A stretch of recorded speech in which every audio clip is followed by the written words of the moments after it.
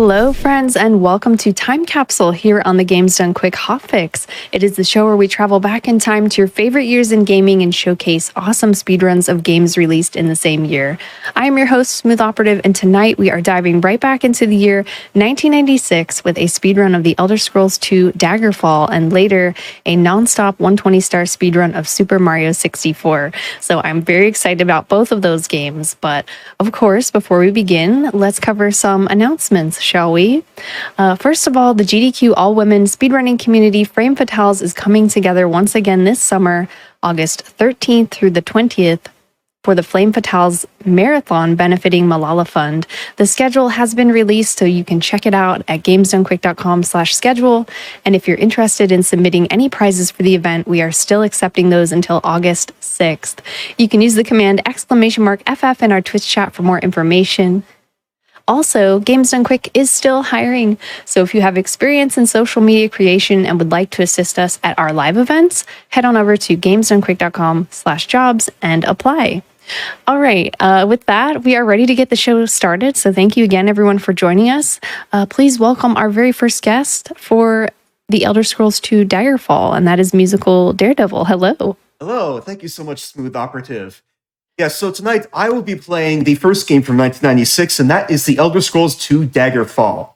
Those of you who watched this past SGDQ, you may have seen this game run as part of the Elder Scrolls Anthology. That was a great run done by Kronos, and I will be showing you pretty much the exact same thing. But it's going to be slightly different because this run actually has a lot of RNG to it, so who knows exactly what's going to happen. Ooh, we like a good mystery. Yeah, good mystery. In fact, we just had, I think, like the random number generation show on, so I guess we're keeping up the theme. Absolutely, yes. Shoutouts to Skybills and the amazing crew for that show. Well done, well done. Absolutely, a huge shout out to Skybills and everyone who's on that show. And with that, I think we are good to get started. So time. Okay, yeah. So time will start as soon as I press Start New Game in 3, 2, 1. So all right, good luck. Thanks. So for those of you who might have seen some of the later Elder Scrolls games, you might notice that this game is a lot more D&D focused, and that is very much the nature of some of these earlier Elder Scrolls games that are much more DOS based. They kind of started departing from those D&D focused games in the early stages. Don't worry about the points deficit, I can just make it go away with the U key. Anyway, I'm going to set my major skills, which are running, we will do a lot of that in a speedrun, of course, thaumaturgy, and mysticism. Then we have jumping for minor skills, going to be doing a lot of jumping, destruction, there it is, and illusion. We'll be casting a lot of spells as well. Here I can put alteration, and then for these, they don't really matter. I can just kind of put whatever. Then I set that to 4. Give myself some advantages, like moving faster, more magic, and then I can absorb any spell that's near me. I'm going to give myself a few disadvantages just to balance out my character sheet. These should not come into play at any point during the run. These are the ones we like to set. That's all good. Let's see. Did one of those not take? Or something weird happened?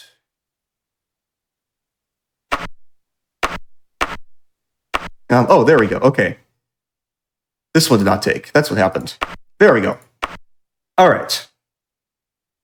Gonna give myself a name and a face. That one's good. I need to set my speed to 90, and this is going to get me exactly there. That was a good roll.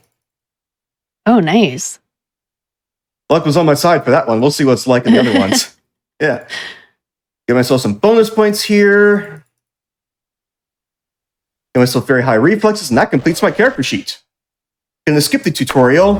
Gonna set that down there, and we are off. Gonna press Alt F11. That will take me directly to the dungeon entrance. That's the dev code that was left in. Then I'm going to head to the town of Rip Market by way of Harsleek Range. Got a letter there. We're gonna be getting a lot of letters throughout the run. There we go.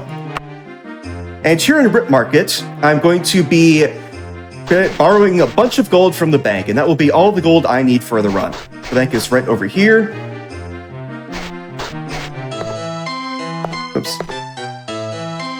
Gonna borrow 50,000. And quite a robust bank you have. Yeah. Here. don't worry about that loan being due though. I'm gonna be finished with the run long before the credits come for me. So now we're going to head to the Mage's Guild, and I'm going to create a whole bunch of spells. The first spell I'm going to create is called One, but first I have to join the guild before I create the spells. There we go. This spell is called One. It has several effects. The first is Water Walking. Not that one. Water Walking. Then we have Cast a Light. And we have Open. Now these might seem like kind of weird effects. Get rid of that one. Then we have Unlocking. These might seem like 3 kind of weird effects, but the point of that spell is actually to grind up my level. Next we have Teleport. Then we have Damage. Going to be doing a little bit of combat throughout this run, not much though.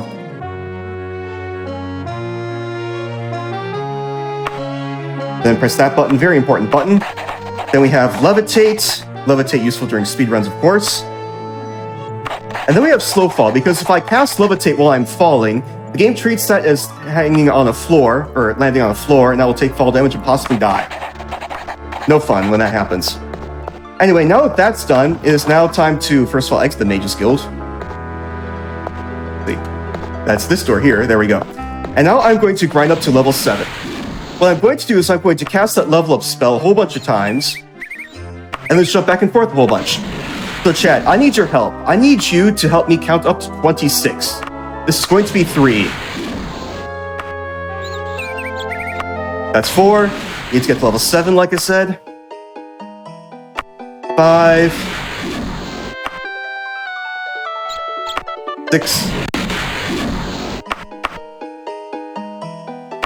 7.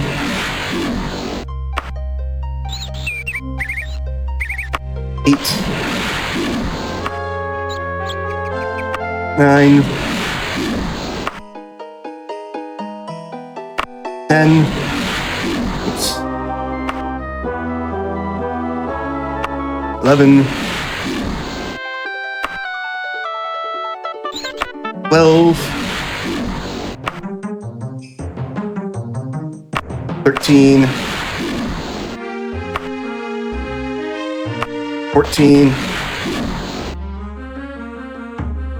15. 16.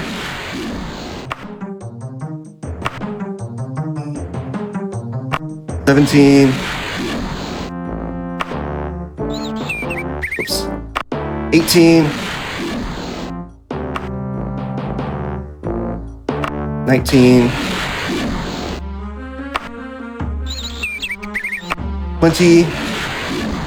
That was fast. 21. 22. 23.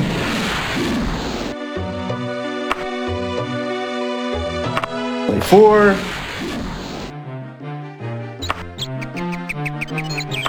25. And 26. If I had a co-commentator here, they would be talking all about the lore, but I'm just by myself. My co-commentator couldn't make it, so unfortunately I had to do a bit of a boring bit, but thank you so much, chat, for helping me count there. Yes, great job, everyone. I can talk about the lore later. In the meantime, we have a wedding to set up. I'm going to head to the town of Wayrest, where Princess Morgia of Wayrest is looking to marry Manimarco, the King of Worms. Now, if any of you played Oblivion and finished the Mage's Guild quest line in Oblivion, this is the exact same Manimarco that you encounter at the end of the Mage's Guild quest line. Although he looks a bit better in this game, in my opinion. I had to make sure I jump over that fence there. Alright.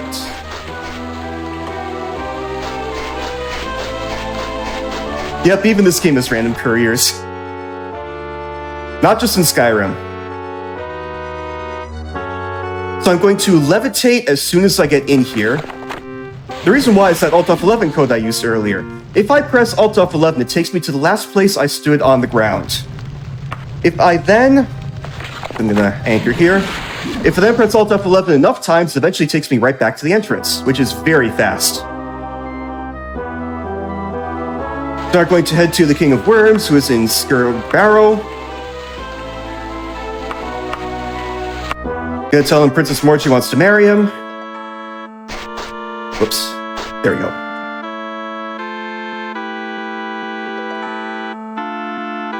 The fun fact about this door, you can just kind of climb up it. and then that gets you out of bounds. So I'm going to cast Slow Fall and then Levitate. And here's the King of Worms. We're going to tell him about this wedding. He's going to say, sure, fine, I'll marry her. And then we're going to head back until the princess is on.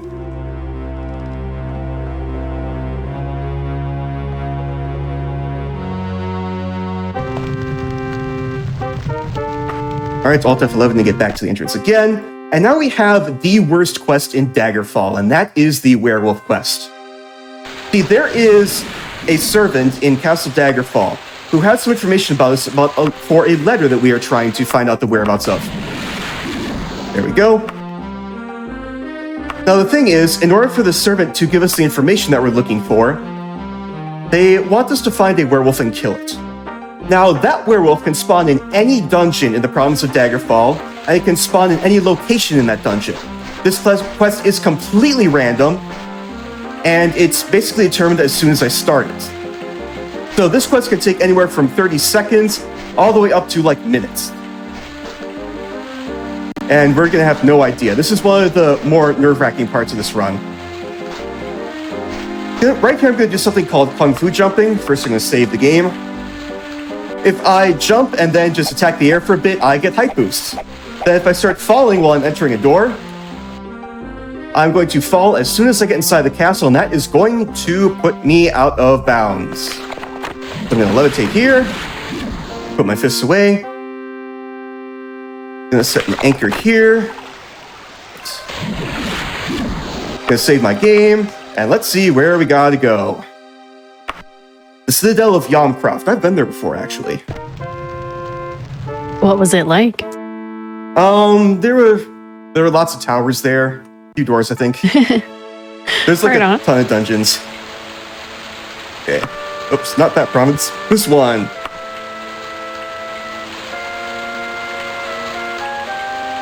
I do have to kind of type out the full name.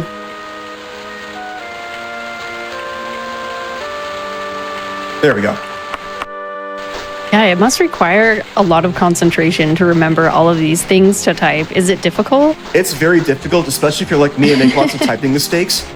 All right, so what has happened here is that it's currently foggy. We got that before in Castle Daggerfall, and it's really hard to see where you're going when it's foggy. And it's really hard to see the dungeon entrance too. This is kind of unfortunate, but such is the RNG of this game. Oh, it's zombie time. All right, I was not expecting that here. So I'm going to save here, actually. So this zombie is actually related to a quest that's going to come up in a bit. We're going to take care of him now. Oh, but I died, and that is why I saved there, because that happens a lot. All right, let's try this again. Where are you? There we go. Okay. So that zombie was actually sent by the King of Worms, who has a quest for us. Can I take out my fist, please, game?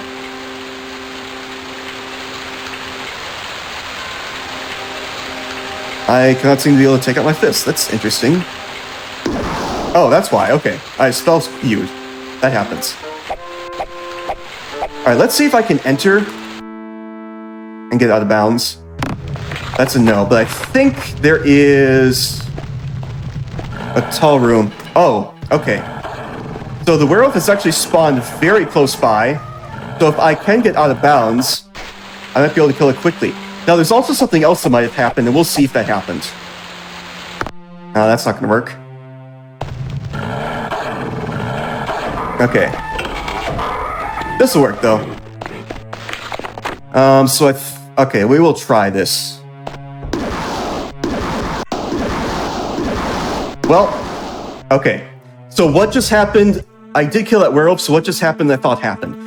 So what happened is that there were actually werewolves as regular enemies in that dungeon, which means that it was going to be extremely difficult to find that dungeon. That is why I save here.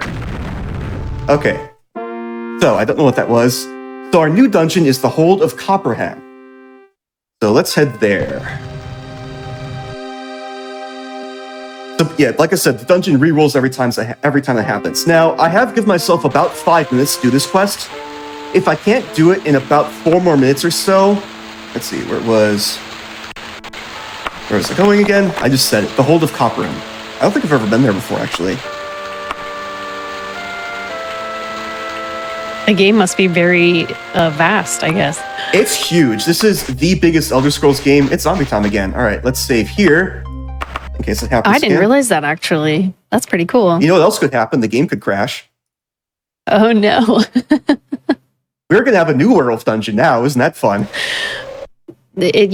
Twists and turns, full of surprises. Exactly. I like it. Let's see. That was the no good dungeon. All right, new dungeon.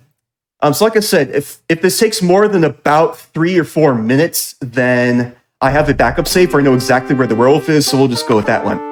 Castle Vladimir. That's our new dungeon.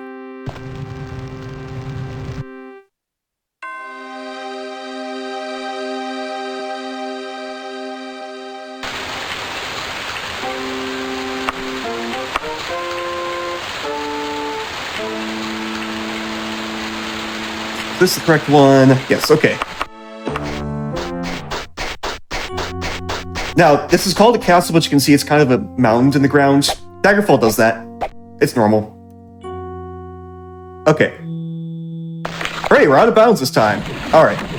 Now it's time to look for the werewolf. Now, there are certain places where it's more likely to spawn than others. It's not here. It tends to spawn in caverns down here. This room is also fairly popular and not there. Giving myself about 3 more minutes before I load the safety save. Not in here. Chat, if you happen to see the werewolf, do let me know. See if you can look pretty carefully. Here's a big room. It does often spawn in these. It actually spawned in the big room in my backup save.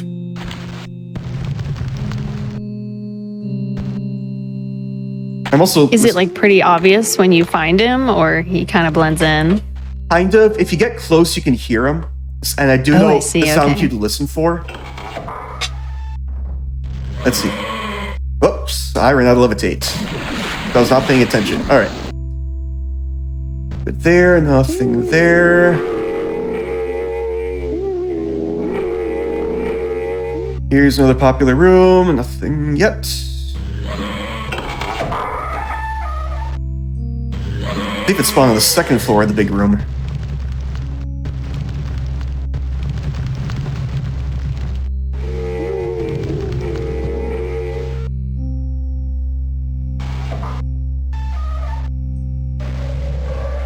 Oh, it doesn't often spawn in that kind of room, but who knows? One of these days it just might.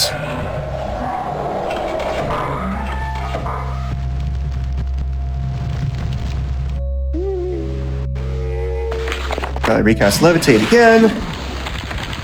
Nothing here. I think that's a big room again.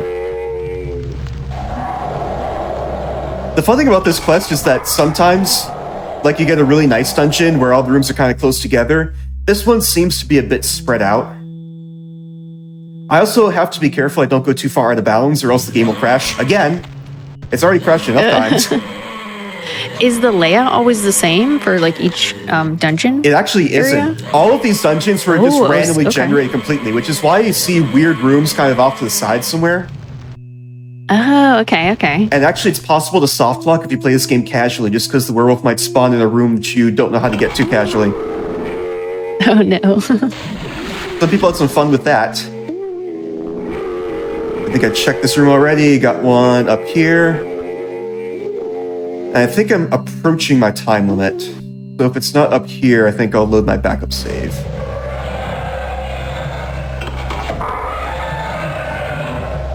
Alright. Didn't find the werewolf. Oh well. It's all good. Here. So it's backup save time. Alright. We are going to have to fight the zombie again, though. Wait a minute. I sure hope I didn't save over the wrong save. That might be bad. I think I do have a backup of that one, though.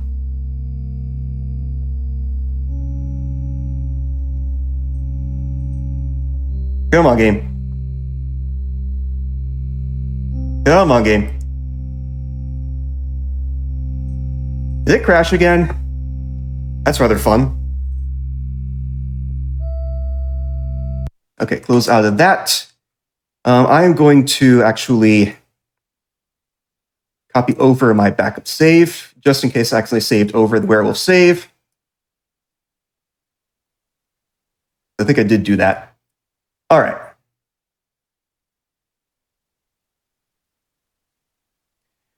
Once more. Yeah, we'll try it again.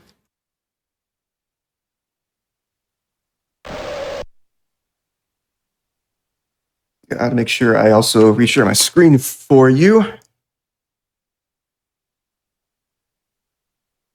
Oh, sure, thanks.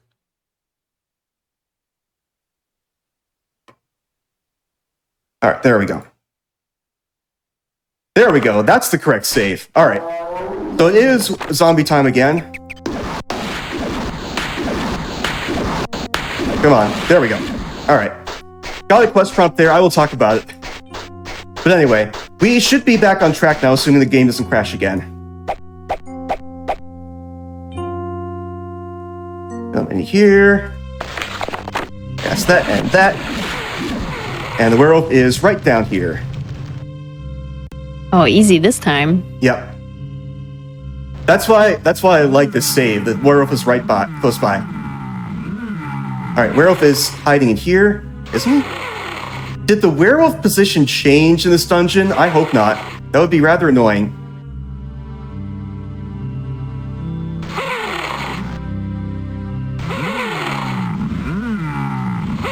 Because, yeah. Let's see.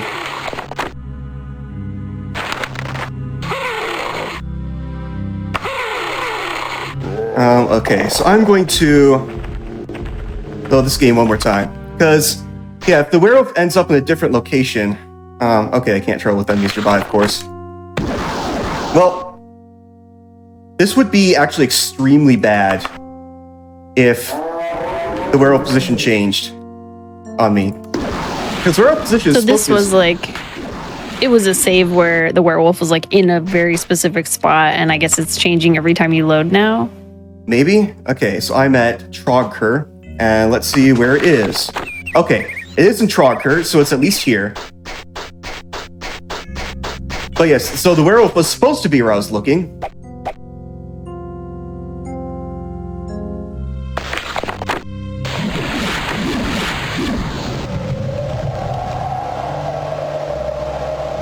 I have used this backup save before, and it was there. Otherwise, we're gonna have to go on the werewolf hunt for real. Okay, I think the werewolf position has changed. Unless it's here. Nope, not there.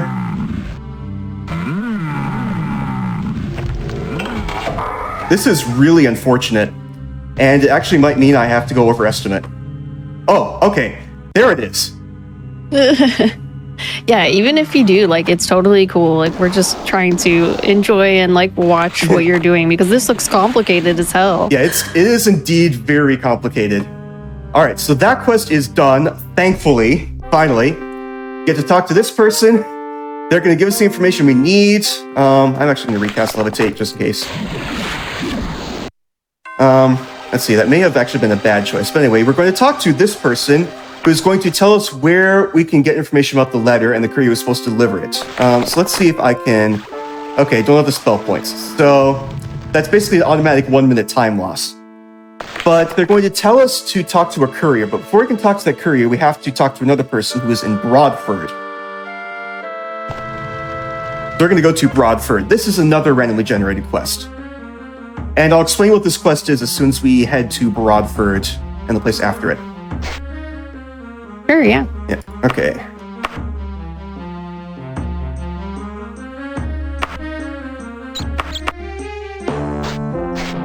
Alright, so now I have to talk to townsfolk to see where this NPC spawned in. So, the letter we are trying to find is one of two things we here in Daggerfall to do. That letter has a bit of a personal nature, and it was supposed to be delivered to the Queen, but what happened was... This person doesn't know where they are. What happened was, when the courier was dispatched, there was a queen. Okay, this person knew where they were. But then the king was killed in battle. Oh, looks like it is... Okay, a little bit west and just a bit south. I didn't explain this. If I bring up the fast travel menu while jumping forwards, then I get like a really big jump instead of small ones. So it's this building. So the king was killed in battle, and then a new queen was put in charge. Here's the door. And so that means the letter was delivered to a different person instead, which is kind of bad because this new queen is kind of into things for her own interests.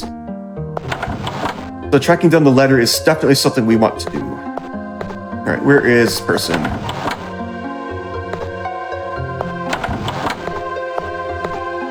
Not here. I hope this is the right house. This can happen sometimes or go to the wrong house. There's like two houses next to each other. This game is so unpredictable. Whenever you have a moment, I'm kind of curious what got you interested in speedrunning. Sure.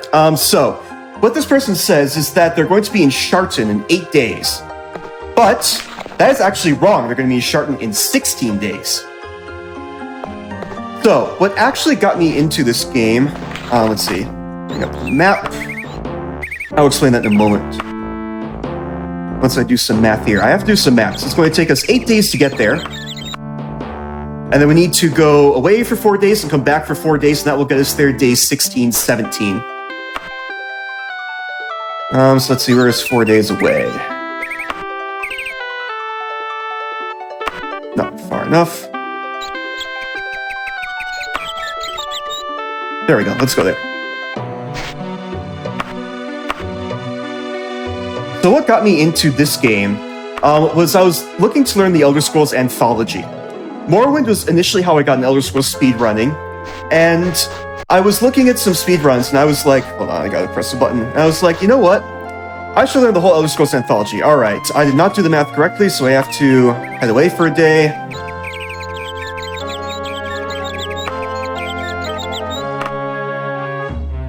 And so I learned this game as part of the Elder Scrolls Anthology. And this is actually kind of a good game for like speedrun marathons and other things like that. And so I decided to submit this one to Hotfix. It's kind of a good one to have in my back pocket. Now, hopefully, I did the math correctly this time. Okay, we are good. Day 17. Now I gotta find the palace. And I don't think I've ever been to Sharton. So, oh, there it is. Alright. Palace is west and a little bit north. This was actually the last game I learned in the Elder Scrolls Anthology. I learned every other game in the Anthology first. Had issues with the tree there. Because this one is you're just a big fan of the series. Absolutely. Oh, okay, nice. What about you, Cha? Are you Elder Scrolls fans? Yep. Which one is your favorite? Any other Morrowind fans? All right. So what they tell us is they basically told us, I'm getting fun clicking things going on. So I have to head back to Castle Daggerfall manually because I was not able to cast a marking spell when I needed to. That can happen sometimes.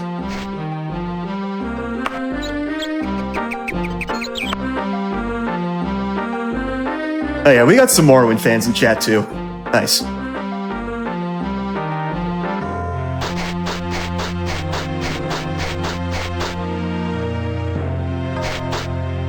I've been wanting to go back and play some of the older Elder Scrolls games myself because the only one I've played is Skyrim, and I'm sure all of you know how that one goes.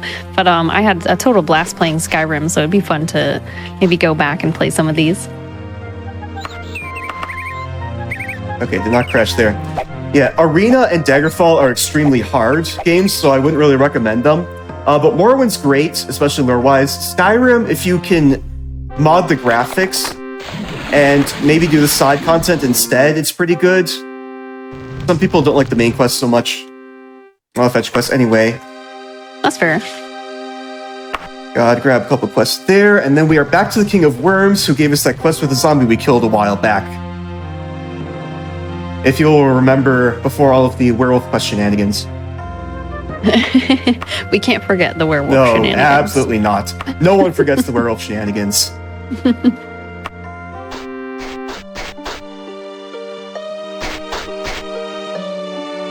But yeah, definitely like Morrowind, Oblivion, Skyrim, great games. So the quest the King of Worms is going to give us is to kill a lich and get its soul. But not just any lich. Specifically, he wants us to kill a lich and grab the soul of a former counselor in the province of Sentinel, who's at the palace there. So we're going to get that quest from the King of Worms.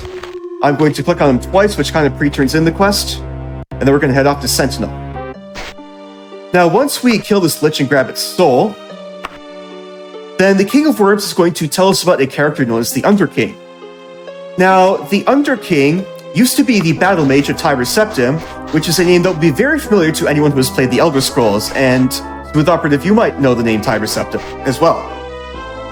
Tyra Septim, when they took over Tamriel, had a Battle Mage, and that Battle Mage donated his heart. Whoops, I'm in the moat here. Water's slow in this game. And he used that to power a giant robot that Tyra Septim used to take over all the provinces and found the Empire. Now, that Battle Mage has been looking for his heart this whole time, and in this game, he's a major character looking to get that back. But in the speedrun, we actually just kind of skip all the Underking content, so he doesn't really figure into the speedrun, and we won't be seeing him or his servants at all. You can see there, I just kind of levitated through the roof there. It's very easy to get out of bounds in Daggerfall. You can just levitate up through the roof if you get close enough. I love all of this out of bounds stuff, by the way. It's very fun. Oh, there's going to be a lot more of it throughout the run. Come on. There we go. All right. So we got the information about the Underking. Now we're going to head out of Sentinel. Now, normally if you were playing this game casually, you'd have a whole bunch of quests to discover the location of a dungeon known as Durrani Tower. But because I'm a speedrunner, I know exactly where that tower is already, and I can skip all these quests. I'm going to head to the town of Singbury. Gonna levitate up here. Gonna land on top of this house. Going to loiter for an hour. And hopefully I level up here. Perfect. Then I'm going to look all the way up at a kind of precise angle. There we go. Gonna do all those big jumps with fast travel and then cast slow fall. Now what is happening right now is I'm getting that big jump speed you saw me use with that fast travel, but I cast slow fall, so gravity is really slow right now.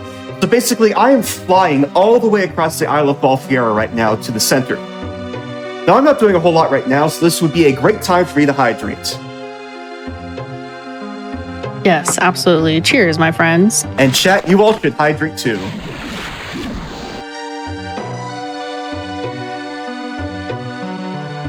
Stay hydrated, chat. Should be landing soon.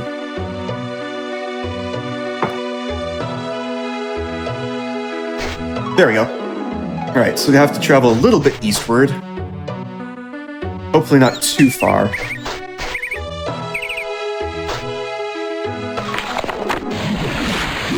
Oh, what just happened there? I think I hit something.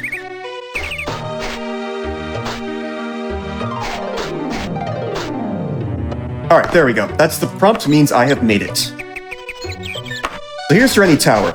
Now inside Durrani Tower is a sorceress named Lady Medora.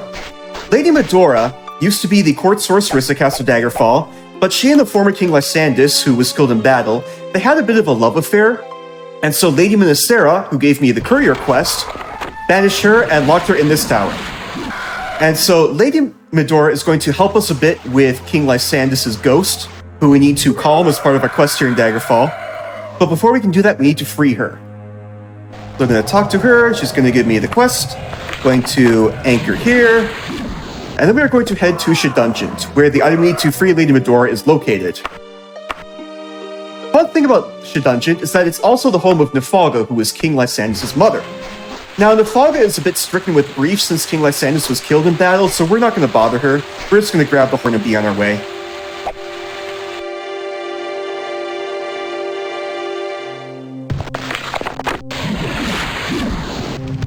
Horn is this way.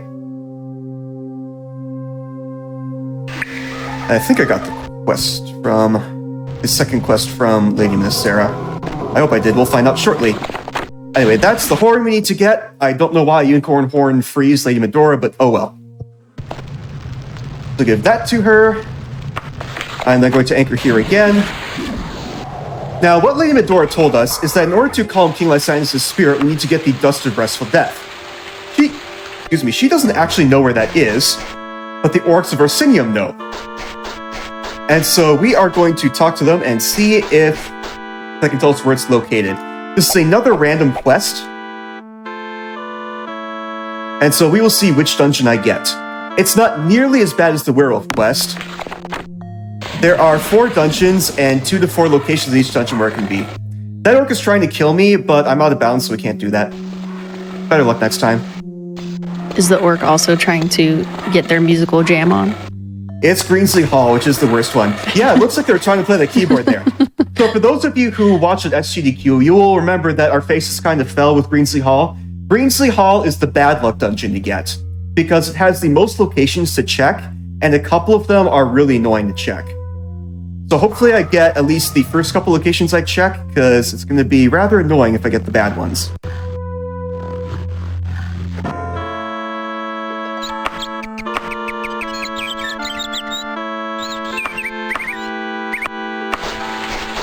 Oh, it's foggy again. Yeah, I think I mentioned this, but this happens sometimes, and I can't see where I'm going, but I think Greensley Hall's like over here somewhere. Yep, alright, good. Oftentimes I can't find... Oh, it's a thick fog, huh? Very thick. Alright, through the floor here. Whoops, that's not gonna work. Gotta go faster out of bounds.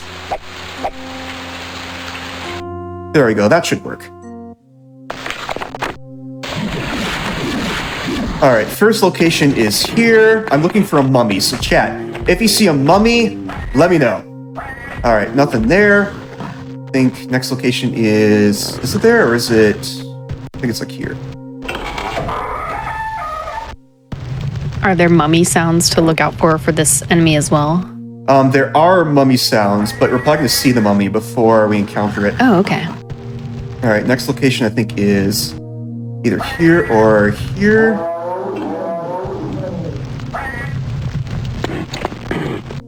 You will be seeing werewolves. We do not need werewolves right now, unfortunately.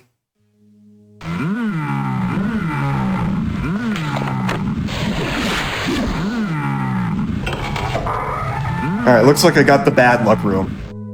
Yep, more bad luck in this run. But that happens. They're just trying to keep you on your toes, that's all. Exactly. Alright, nothing there. That might be it. Hopefully it's it.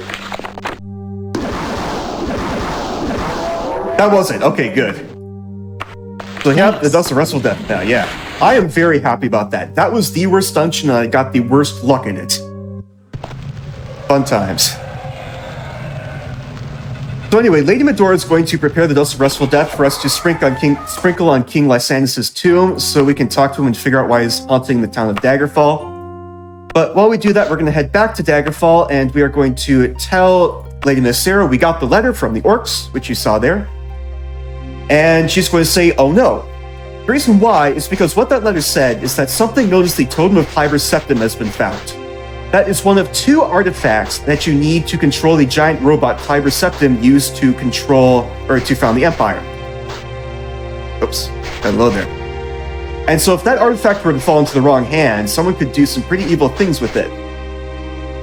So we want to make sure it falls into the right hands. Okay, no game crash there, that's good. Whoops. I did not die there, but that's why I saved there. Gonna do this just in case. That makes it safer.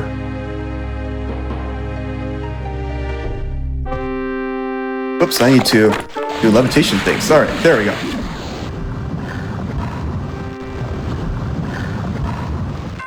Alright.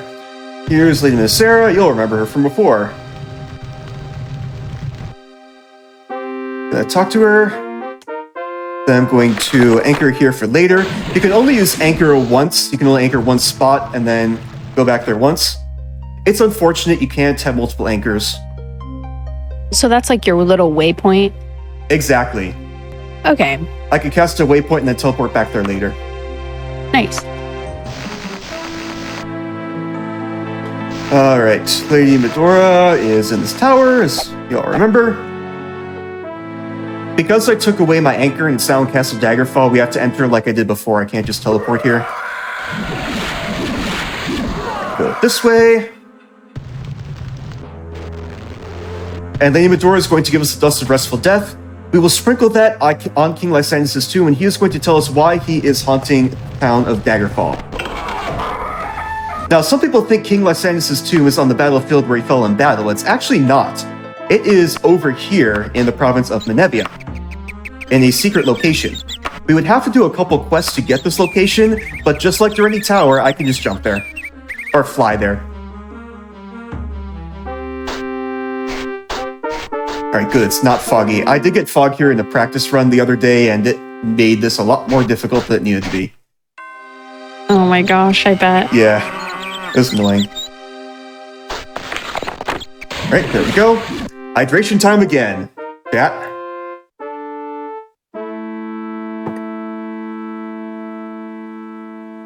You can see how fast I'm going with those trees there. Alright. I should be getting the quest location with that mushroom up there.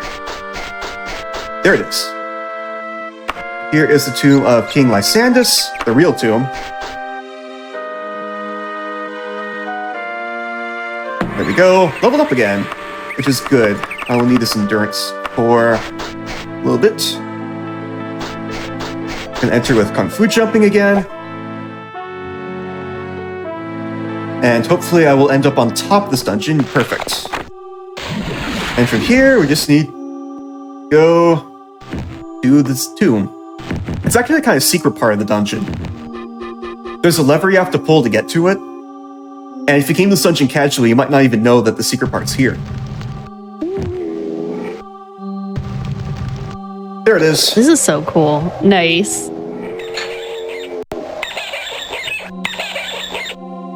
Yeah, see, you do have to kind of memorize a lot of cardinal directions for where things are, and this one gets especially tricky, because you have to turn a whole bunch to get to where you're trying to go. Anyway, so what we found is that King Lysandus didn't just fall in battle. He was actually assassinated by Lord Woodburn of Wayrest. And so in order to avenge King Lysandus and make him stop haunting the town of Daggerfall, we need to kill Lord Woodburn. Now, Lord Woodburn is very much in things... You alright there, Daggerfall? Okay, there we go. Lord Woodburn is very much in things for his own interests. He has actually taken the Totem of Tybur Septim for itself, and as we speak, the Blades are currently launching an assault on Castle Daggerfall trying to get it back. But we just need to kill Lord Woodburn, the Blades will take care of themselves. This way.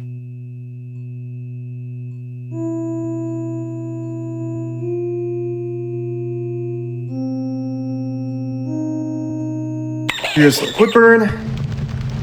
Just gonna cast a whole bunch of spells on from out of bounds. And he's dead. I'm going to do a safety save here, because I have been one-shotted on my way out of here. It's kind of annoying. Alright, we're good. So we have taken care of King Lysandus. We've gotten the letter back, which are both the things we need to do here in Daggerfall. But we're not quite done yet, because there's the outstanding matter of the Totem of Tybur Septim. So we are now going to meet Lady Briziana in Aldingwich Court.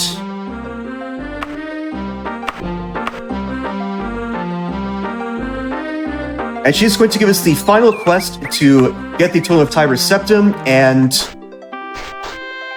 give it to an NPC who is worthy. We can give it to one of 6 NPCs in this game, and that corresponds to one of 6 endings of this game. The person we are going to give it to just so happens to be the person who is the fastest, and that is King Gothrit. Alright, let's see, just south. This is also another random quest, and there are like 3 taverns in this town, so I'm very glad I found that quickly. Because I could have gone to the wrong tavern, and I've done that before. Oh my gosh. Where's your door? There it is. Make sure this is the right one. Yep, we're good. Okay. Lady Briziana should be in here. There she is. Gives us the final quest to get the totem.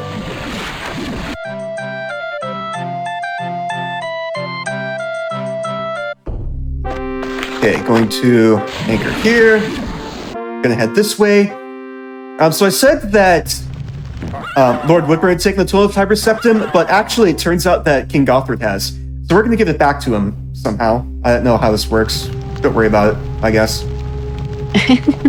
We're going to enter through a kind of precise position in here. I think I got it. Grab that, teleport back. And then just give it to the king, who is right over here.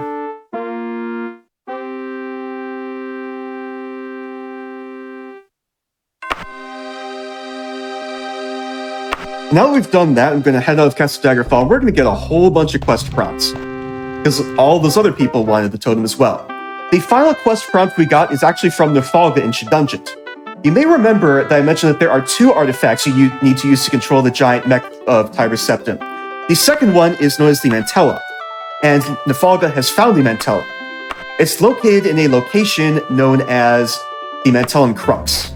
And so we're going to head there, we're going to grab the Mantella, and someone is going to get control of Numidium, which is that giant robot.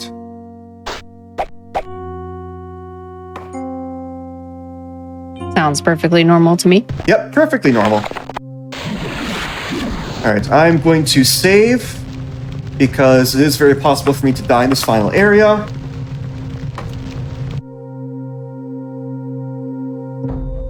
And welcome to the Mantellan Crux. This is the final area of the game, and I am extremely underleveled, so it is very easy for me to die here.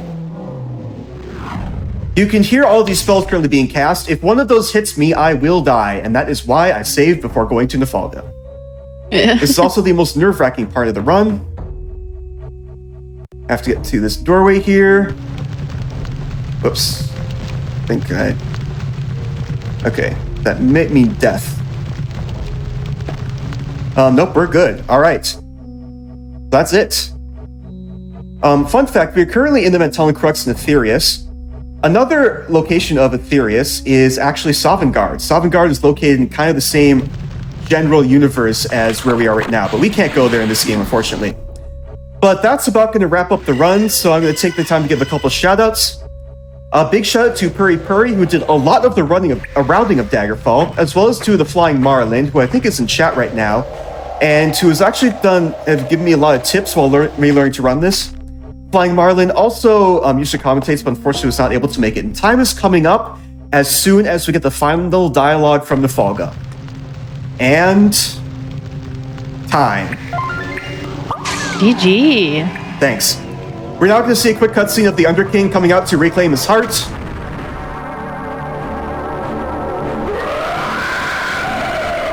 Oh my gosh. Yep, there he goes. And then we got some fun artwork there. Your work is done. My work is done.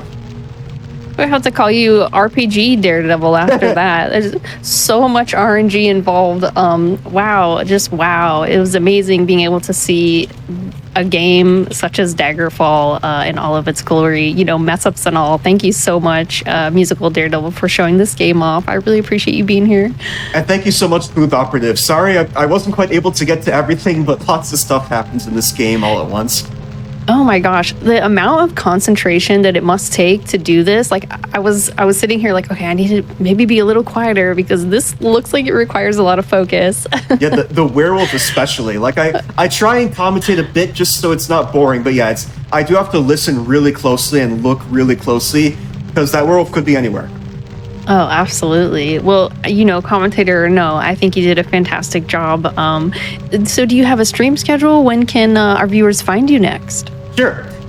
So I stream regularly, roughly 3 times a week on my own Twitch channel, Musical Daredevil. I typically stream Thursday evenings, Saturday evenings, and Sunday evenings. But you can also find me on my Video Game Orchestra's Twitch channel, WMGSO, the Washington Metropolitan Gamer Symphony Orchestra. I will actually be on that channel this Saturday playing Skyrim with crowd control. So, oh, that's awesome. You can check me out on my own channel this Thursday, Musical Daredevil, or this Saturday at WMGSO. Awesome. Well, thank you again so much, Musical Daredevil. Again, everyone, if you did enjoy the run, make sure you follow at twitch.tv/musical_daredevil. Before we break, I do want to give a huge shout out to all of our supporters, your subs, Prime Gaming subs, gift subs, and bits cheered here on the GDQ Twitch channel do help support the Games Done Quick hotfix, including with this show, Time Capsule. So thank you all so much. And if you do enjoy, please consider subscribing if you enjoy our daily hotfix shows. And if you missed out on any of our hotfix shows or past events, you can always find them the VODs at our youtube.com/gamesdonequick. We will be right back, my friends, with Super Mario 64 nonstop 120 store, so don't go away.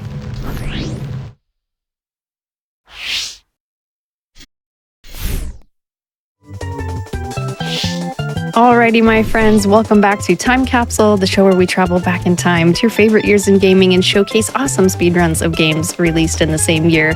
Tonight we are on 1996 games, and we are all set up for Super Mario 64, so please welcome It's Beeve. Hey y'all, my name is It's Beeve. Going to be showcasing Super Mario 64, but I'm actually going to be doing a different category than your vanilla categories. So this is actually called a category extension, and it's actually called Nonstop 120. And Nonstop 120 actually refers to when Mario grabs a star, you know, when he does like that whole song, dance animation, he does the peace sign to the camera, and then you jump out of the painting and all that. That gets all cut out. So essentially, you just grab the star and you just keep going, and hence the name Nonstop. Nice. And you just keep going. So I'm going to be showcasing you for that for you guys today. And joining me today on commentary is Badronis. How you doing, Badronis? Hello. Thank you very much for the introduction. I'm doing great. Super excited for Nonstop 120. Beeves an absolute goat right here. He's going to kill it. I'm super excited to commentate this run. It's a category that I've been interested in quite a while, done a few runs myself. Beeve is definitely the expert here, but I similarly share his affection for this category and the kind of investigative effort that has gone into it and making it a much different category than it was just a couple of years ago. A lot of changes, a lot of new runners getting world records in it. It's a very exciting thing right now. So once again, I cannot recommend this run enough. If you've seen regular Mario 64 speedruns, because it's a very popular game in the overall speedrunning community, this will be something fresh. It's very, very new, constantly evolving, and there's some stuff in here that'll blow your mind if you haven't seen it before. So if you haven't seen it before, I really hope you stay because you're in for a treat. All right, that sounds awesome. Thank you, Badronis. Very nice of you to say that.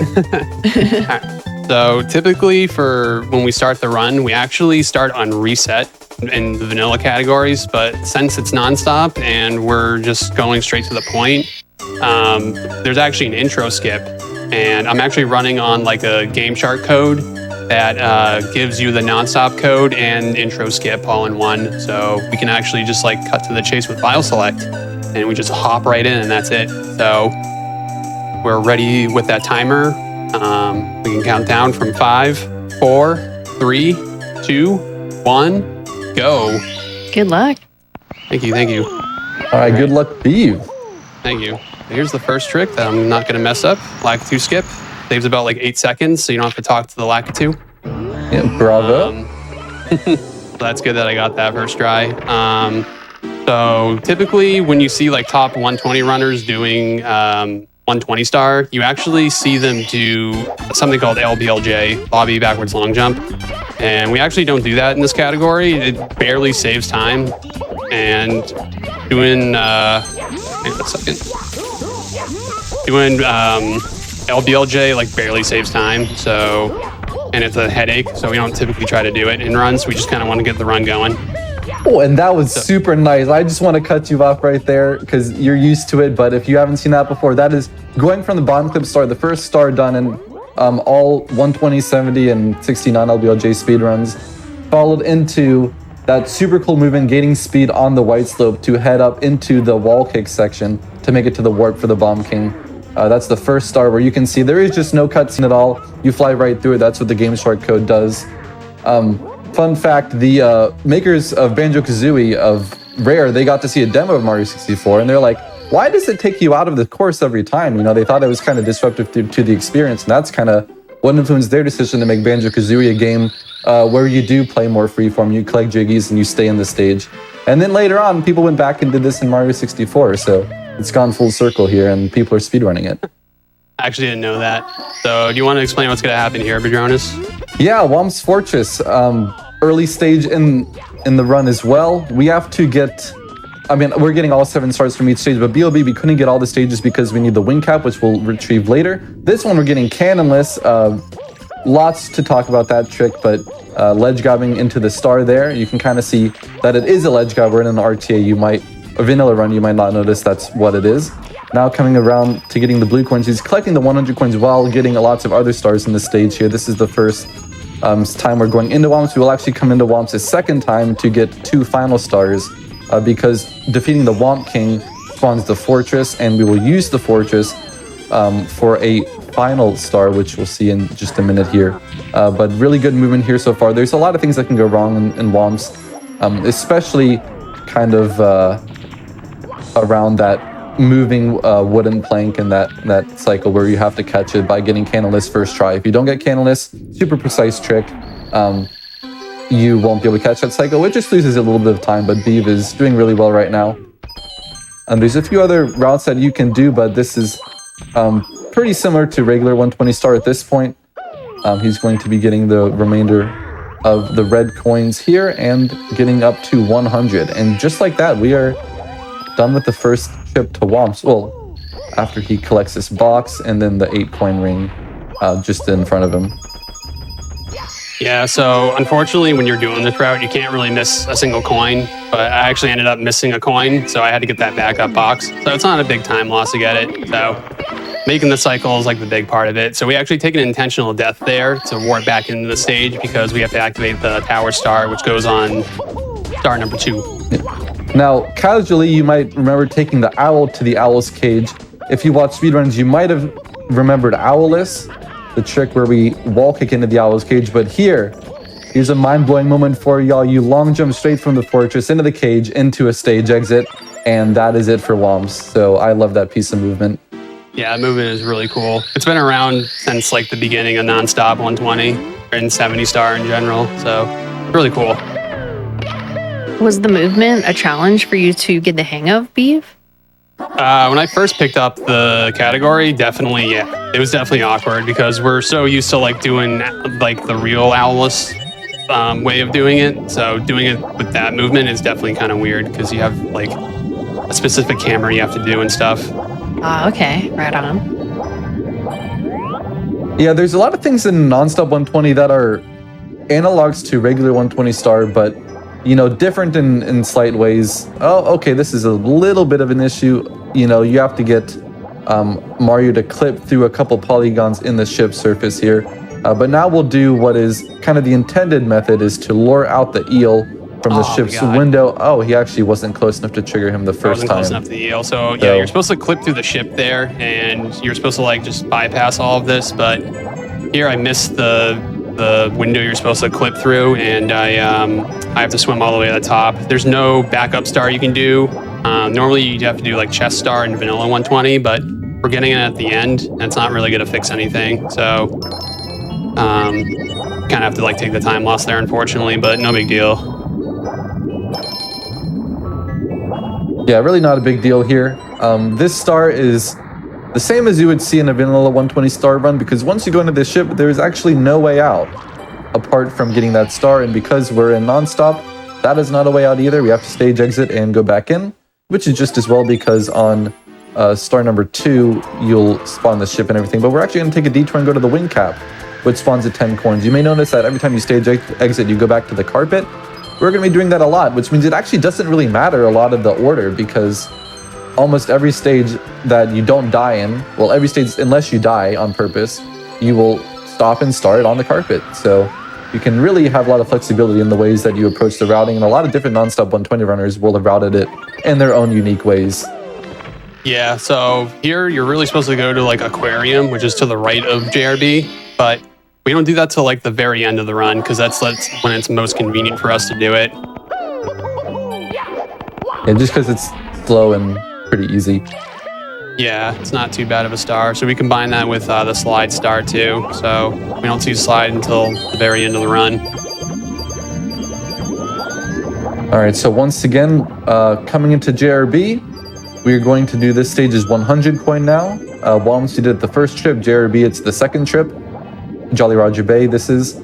And coming down here to the clam, we're going to take a little bit of a detour from the regular 120 route here to get the eel and jetstream stars, which he is going to wander over here and lure the eel out. And then from there, we'll swim down into the jetstream, which you're intended to get a metal cap for, but Mario can swim fast enough to move against the jet current. Yep. And you notice that I'm doing like a lot of like awkward cameras, and that's definitely for a reason. You want to explain why, Bedronis? Yeah, the N64 is not a super powerful console. It lags quite a bit, especially in these water stages. Nintendo didn't care too much about it, but anywhere there's a lot of polygons on the screen at once, the game will slow down to render them, and especially when you're swimming, that can throw off your timing. So we go through lag reductions to save the time that would otherwise be spent lagging the game to render. So all of it is very intentional. Now here we have another really cool piece of movement here. Blasted the stone pillar star after getting the red coins. Maybe I'll give Beeve a moment of silence here to line this one up. It's going to be a double long jump wall kick. Oh, just didn't get the angle. Didn't get the angle. That's unfortunate. I'm going to go back and try it again. If I mess it up again, I'll take the cannon. Yeah, we have the pink bob bomb by one of the red coins, but it takes about 10 seconds to open a cannon. So that method is a much more efficient. If you can get the second time, that looks good. There we go. Well done. Nice job, Beeve. Thank you. Yeah, that trick is really, really hard. Back in I think 2020, there was a strat called JRB Cannonless, and it involved like jumping off the ship and grabbing the star just like that, but all in one go. And it literally only saves like, I think 1 second or 2 seconds or something, but it's like some of the most difficult movement in the entire game. And it's just to save like 1 to 2 seconds. So like a lot of runners end up opting to go for like the craziest stuff just to save a few frames and seconds. So this game goes very in depth with the movement. Well, since you brought it up, any chance of seeing Sax walk in Nonstop 120? Probably not. No. What Bedronis is talking about is a trick called frame walk, where you go up that pillar that's near the star that I grabbed to the long jump to off the ship, and you're supposed to tap the control stick from neutral to a certain direction every, like, I think it's 6 or 7 frames, and it's very difficult, but it ends up saving like 6 to 7 seconds in the vanilla run. So it's crazy how much time it saves. All right, Dark World Reds, this will be pretty much like the vanilla star. We can kind of remark on how far we've come in only a few minutes here. We're already 17 stars deep and in the first Bowser stage. Normal 120 star takes, at a very top level, you'll do LBLJ first, but it takes about 23 minutes to get out of lobby, which is finished by completing Bob on Battlefield. Here, this will be, much less, somewhere in the realm of like 15 minutes. Yep. So that's like the standard cycle you want to make. A lot of people end up going for that one. It's called Shigeru cycle, named after the Japanese runner back in the day who kind of coined the term when they were kind of coming up with routes in this game. So that one goes to Shigeru. Not Miyamoto, but a different Shigeru. Yeah, a different Shigeru. All right, here, Bowser kind of just grabbed his tail and throw him to the bomb. I actually switched to a different controller for Bowser throws because the N64 stick's like super fragile and I don't want to wear it out as much. So I actually switched to a Hori Pad Mini, which has a GameCube style stick on it. And right there, keys also act the same way as stars. So you just quit out of the level and then we're off to BOB to clean it up. Yeah, BOB here. The second trip is going to be involving racing Koopa the Quick while collecting the 100 coin star and the remainder of the stars in this stage. First, we'll open the cannon. This star has actually quite a bit of difficult movement here. The first time we will use the wing cap since we've unlocked it. And there's a couple tricky flying sections that we'll have to navigate here. So yeah, we'll let B focus a little bit for it. I would say this is probably like the hardest part of the run. Or one of them at least. Very difficult section. Nice job breaking the small box on the large one. And here we go, grabbing the wing cap. Now, in Vanilla 120 Star, you get the shell, but the Koopa does not spawn until you raise Koopa the Quick. So we are doing this barefoot. Oh, that's a cheeky dodge there. All right. Beautiful triple jump. He needs to fly up to this platform here, and he just makes it. That is the hardest part of the stage. Yeah, that's a Second very flight. hard. It's hard to get momentum for that, so I'm glad I got it. Well done. Yeah. Huge applause for Beeve. First try. One of the most difficult strats in the non-stop 120 route. And more fun here to collect the coins. There's actually a bit of a different way we collect the coins because in a vanilla 120 star, you don't want to collect all 5 secret coins. Those are the middle coins of each coin ring. And after you collect all 5, they will spawn one of the stars. That loses time in 120 star vanilla, but in non-stop, we want that coin. So we've flown a little, or we're going to shoot out the cannon a little bit differently to collect it. Yeah. So here we activate the secret star. It's right down there, along with all the other stars we're going to collect. Here I'm going to collect a few more, and then we're going to go talk to Quick. Yep. Grab his star, and then we also forgot to mention that every time we grab a star, like with a wing cap or like with any cap, the music actually cuts out. So it's kind of just silent right now. And you lose your cap. Maybe more and you lose your importantly, cap gameplay. You know, I was watching Bismuth's 16-star explained video about Suiji's run, and I didn't know why, but apparently the cap music and the stage background music play on like 2 separate levels, and then the star cutscene music replaces the stage background music. So once that's gone, then there's suddenly no more music left. Yep. So we round around these poles 3 times to activate the 5 coin rings, and I'm getting like extremely good RNG. This is like the best RNG I've seen in a while. Yeah, doesn't look super remarkable, but you can spend quite a lot of time chasing down stray coins here. Last pull wasn't too great, but overall, very, very good BOB. Yeah, not bad. Right. Making sure I grabbed all the stars, because sometimes I forget to grab the the secret star and I just exit out without grabbing it. So yeah, you're supposed to have 23 when you enter CCM. So here, CCM, we actually enter 3 different times. It's actually the stage we enter the most out of all the stages, because we have to activate star number 2, and then we have to activate star number 5. So there's 2 different like kind of star selections you have to pick.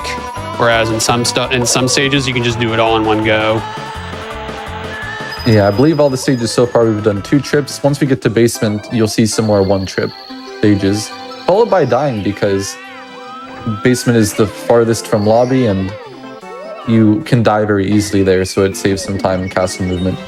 And there's a death right there. So lives become a bit of a question in non-stop 120 star. In regular, actually, when you have the star cutscene after you leave the stage, you get a 1-up for every 50 coins you collect. So by the end of a vanilla 120 star run, you actually have about 40 lives. But a non-stop 120 star, you're not so lucky. You got to really make those lives count, and you can learn backup 1-ups to get if you're running low. This is called the Adam Pass slide skip.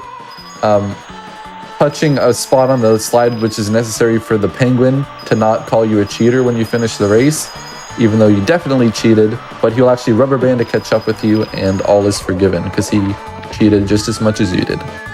Yeah, the rubber banding makes him cheat too. Don't forget that penguin. Yeah, apparently if you're like, you can talk to the penguin and then you can jump down the slide like I did for that first star, but if you are in the air for like 3 seconds or more or something, the penguin just thinks you're a cheater automatically. Yep. But with Adam Pass, we're barely in the air for like 2 seconds, so he ends up not calling you a cheater. All right. Now this here, turning the little Poco to his mama, little Tuxie. This is pretty fun.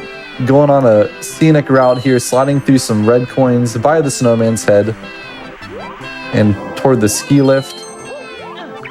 Oh! He's a slippery fella. Yeah. Very nice. And the Z drop to save a bit more time. Yep. Didn't look dangerous at all. It's actually not too bad. Like the normal strat for penguin, you can like, I feel like anyone can do it. It's kind of like a party trick, as we like to say in the community. Oh, okay. It's not too bad. Literally all you have to do is hold up, and then you can just bring the penguin to your mom. That's like all you need to do. But here it's a little more intricate. It's a little trickier. Just don't tell them at the party. Yes, exactly. Don't tell them it's easy. Right here, Actually, collect the blue coins. Distinctly remember trying to speedrun this for the first time. It took me longer than I like to admit to figure out actually just how to hold up. Listen, I am impressed by both of you for even knowing how to run this game. I find the movement in Mario 64 really difficult, so, you know, y'all are killing it. Thank you. Thank you. All right, third and final Here we trip. enter the final time for the snowman's body, or whatever the star is called. No man's lost his head. Yeah, that's it. Sadly, there's really not much else you could do with this other than if you wanted to save star 6, wall kicks will work. But since it was by the 100 coin, or where we finished the 100 coin star, it didn't really make sense to do that here. So it's just waiting on the snowball. One of the very few moments of actual downtime we'll have in this run. Because as the category name implies, it is nonstop. All right, 30 stars. Time to go to basement. Yeah. Lobby is basically like 98% complete. We still got aquarium and slide to do, but we do that towards the end of the run. So here we actually, instead of going to SSL, we're going to go to Vanish Cap. So we're going to do Vanish Cap because when we go to DDD, we actually collect all the stars in DDD, clean up Fire Sea, Bowser in the Fire Sea, the Bowser stage, and then we do basement right after. So the reason why we do that is because when we exit LOL, and we have 50 stars, it'll spawn the second MIPS. The first MIPS spawns at 15 stars. Or, yeah, 15 stars. Advantage Cap Red is a pretty tricky star here. We'll also collect this intentional 1-up. All right, nice roll out there to get down to the lower ground.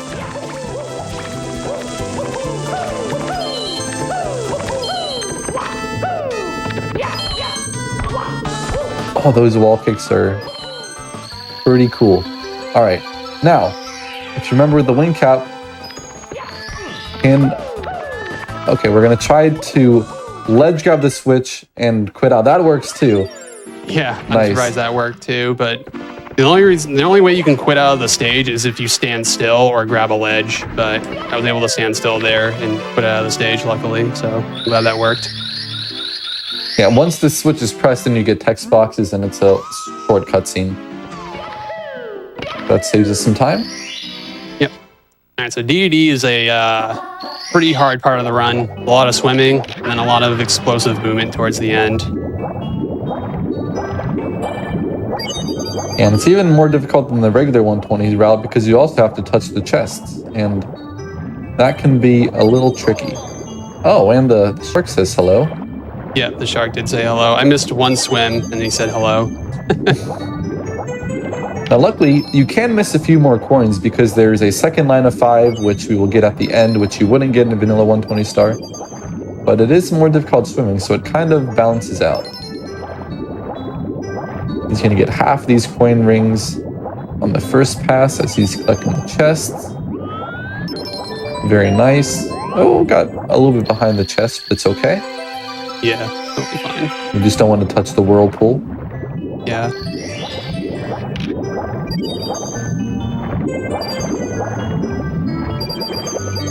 Okay, all you need is 36. Here we go. Nice. Typically you need 41, but like Padrona said, you just get the 5 at the end towards the cage where collect the cap star is. And you're good to go. And swimming to the second part of the stage, you can already see a bit of lag coming, despite Beeves' best intent to lag reduce. That makes this jet stream even more difficult.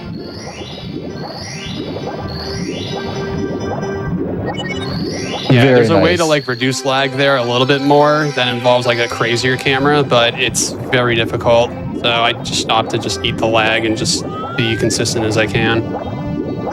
Yeah, you also have to swim through the 5 rings. Not very creative on Nintendo's part, but it also just makes the star a bit more annoying because you have to be a bit more particular about your approach to the star. You can't kind of swim in from the side. All right, on the sub now. Oh, the triple jump! He's nuts! I wasn't sure if you'd go for that. Collecting the board Bowser sub.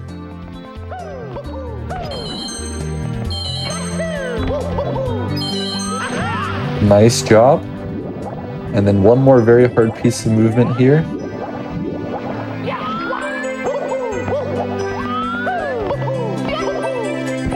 Oh, the instant turn into the triple jump dive. Give it up for Beeve. That was phenomenal. You don't even see that from a lot of high level 120 runners.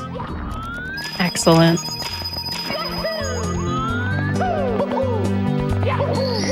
Okay, we grab that star, grab the vanish cap. Whoops. Or missed It's the going to go in the vanish water. cap. There we go. All right, and then we grab this row of 5 at the end. And then for some reason, 100 coins don't get rid of your cap. So we grab the star while having vanish cap, and then we go and grab the star over here. And once you're in here, you can't exit. So all you have to do is exit the stage. So we leave that one for last for a reason. It didn't cross my mind until now that the 100 coin star doesn't remove your vanish cap, which is critically important to be able to get in the cage after. Yeah, it just works so well that like that 100 coin star doesn't get rid of your vanish cap. So it works super well throughout. And the last star here is the Lonely Manta Ray coming through 5 more rings. And then we will intentionally swim into the whirlpool. Yep. And once we go through the whirlpool, we'll head over to Fire Sea and Nice. do Fire Sea. Whee! Also, there's also a cycle-based star. If you make one mistake in this, you miss the cycle. And I already made my mistake. So I am already missing the cycle. That's how brutal this game is. That's okay. And now I don't know what to do because I'd never done that before. This is... Okay, that's fine. Just take the boat burn. Here we go. Adaptive strats. You got this. Yep, adapting. And from here, the cycles are so far apart, they're about 18 seconds apart, so it really doesn't matter if you take a little bit more time to get back to where you need to be. So it's like once you made the first mistake, the rest of them didn't actually contribute any more time loss. Oh, unless you get bullied like completely. Oh, he's chasing you. You might want a long jump. I'm just gonna play it safe. Okay. There we go. There, That'll it's work. like as if I made the cycle. Oh yeah. You might get burned. Oh, you didn't get burned. Ah, that's okay. Oh well. Like that triple That jump. kind of worked out, I guess. Very adaptive. All right, but yeah, see, everyone learns to roll with the punches in this game, and he did a really good job there. Yeah, wasn't too bad. Main thing is to avoid deaths, not just because of time lost, but because of your life count. And actually, I think you picked up a life there that you might not have always picked up if you weren't going for it. So, costs no extra time to do that. And hits the throw. Yep, so this Bowser throw, basically the same thing as the first one, except this Bowser kind of moves the stage, and if you miss the throw, he ends up moving the stage again, and it's a little annoying, and you lose a lot of time. But luckily I didn't miss the throw, and we're good. Now we're on our way to basement. We're going to be catching Nips the Rabbit, and then we're going to be doing SSL, Shifting Sandland, which we can actually do all in one go, which is really nice. Yeah, I believe all the basement stages, I mean, with the exception of Metal Cap and HMC, you do in one go. Do either of you have like a favorite level or zone? My favorite level is probably Wet Dry World. Okay. Wet Dry World's a really very cool popular movement. pick. Yeah. I would honestly say that in a speedrun, SSL might be the most fun in 120, but it's also arguably the hardest. Okay, that's fair. So he's grabbing a few coins here, and he's going to also meet the bird at this pillar here. As you can see, its shadow starting to circle. Oh no, okay. Well, the bird's not going to fly away. You'll just have to wait for one more circle. Yeah. There's a cool rollout you can do on that pillar and go into the bird, but I messed it up, which is okay. Yeah. Oops, I need those. SSL relies on getting a lot of enemy kills and coins around the outside of the pyramid and then heading in to do like the second half of the star. Here, it's a very nice side of using kind of the odd pillar mechanics in the way that it treats, you know, that vertical surface as kind of a floor for Mario to run on. And flying over here to the little oasis, red coin waits there. Pokey is kind of bad RNG here. Sometimes he's on the flat ground, but here he's on the slope ground, as you can see Mario's butt sliding.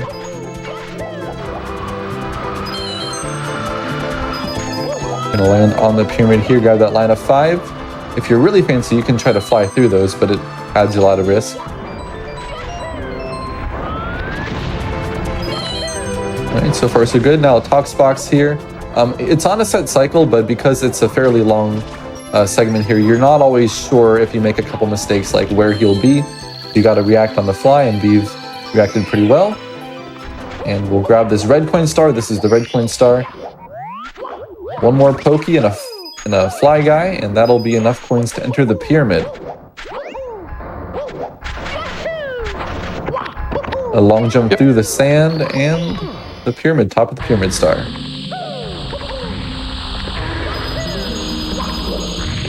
Okay, grabbing this star up here.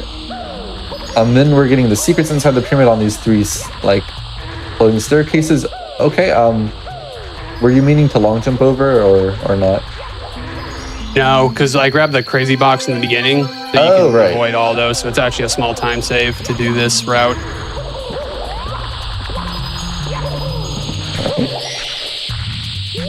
Ooh, very nice. So as you can see, the quicksand is really interfering with Mario's movement, and then there's an actual like death pit right at the bottom of that chute. So you have to kind of turn around to not just slide right in there, and that was really smoothly done. And we're going to be ending here. Oops. Oh no! No! I mean, it's not that bad. You just respawn in the pyramid. But I'm trying to go over here. There we go. So typically you do in the run is something called topless. You do like a wall kick, and then if you angle it just right, you can actually get up on that hole without having the elevator to come down. But since we took the elevator going down, we can just hop into the basket / elevator, and we can just jump right in. So it's pretty convenient. There's a lot of like staple tricks that you don't have to do on nonstop 120, like owlless, pillarless, and like latitude bound. So you don't have to do any of that in this run, which is kind of the nice thing about it. Yeah, it's very accessible to intermediate players. I mean, I would say like because there's like because everything flows into one, it's hard if you're an absolute beginner. But if you kind of master just like the very basics, then you can learn nonstop without having to do any really like hard one-off tricks. And it's more movement focused. It's kind of more like a Mario Odyssey or something like that. So we actually grab that coins underneath the bridge there, get the eyeball coin, and then we wait for this puzzle to complete, and then grab this star. Yeah, one thing What's convenient about doing LOL here is you can grab 1-ups on the way, so you can like farm some lives a bit, which once again works super well on the route. Yeah, one thing I wanted to say here, once he gets up, is that you also typically want to take a shell to ride on the lava safely, but that shell only spawns once you've collected stars 1 through 4. So for nonstop, as you might see, we don't have it again, and we have to do this without that assistance. But there are pretty good ways to navigate. There's also bingos, which is kind of a fun way to play Mario 64 in a sort of a speedrunning way. And if you do LLL 100 in a bingo, you might be doing this similar route. But here, Bee's going to be long jumping and getting over to the red hot log rolling area. That's a pretty tough part of the run. The camera, the burns, you have 2 HP. Now he has to get back into the main volcano without losing any more health. Okay, we need 77 to enter the volcano. There we go. We're gonna climb all the way up. Movement's kind of cool looking if I can pull it off. Yeah, there is some swag at the end because there's 2 stars in the volcano. One at the top. Ooh. It's okay. I can make my way back up.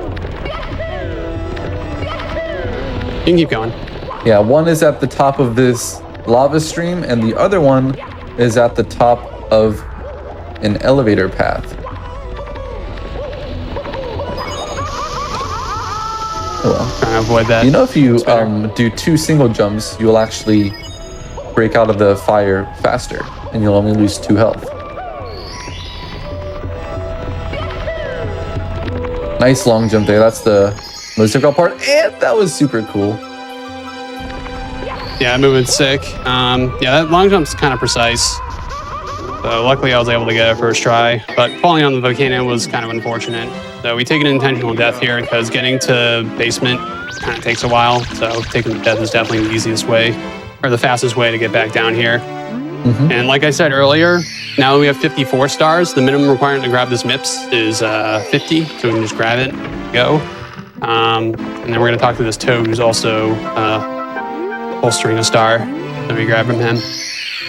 Fun fact about nonstop, if you grab the star while holding an object or MIPS, the game actually crashes, doesn't know what to do. So, fun fact about that, but I won't be doing that here, obviously. This is just for the non-stop code, not the vanilla game. Correct, yeah. Oops. You can still make it? Nah, Just I ledge grabbed already, so we have to wait for it. I was trying to do something there called a punch cancel. It conserves like Mario's momentum a little bit, so I don't run in place. So I can make the cycle faster, but I was not precise enough. So I have to ride the carpet, which is okay. Still got that coin, which is good. Yeah, that's the meat and potatoes of HMC 100 right there. Okay. We don't grab that eyeball. We just bypass them and move on.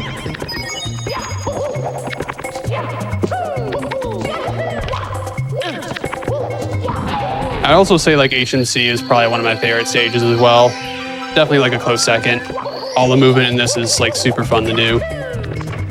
I would agree. Yeah, definitely one of my favorites. Grab the 2 coins from the Snuff It here.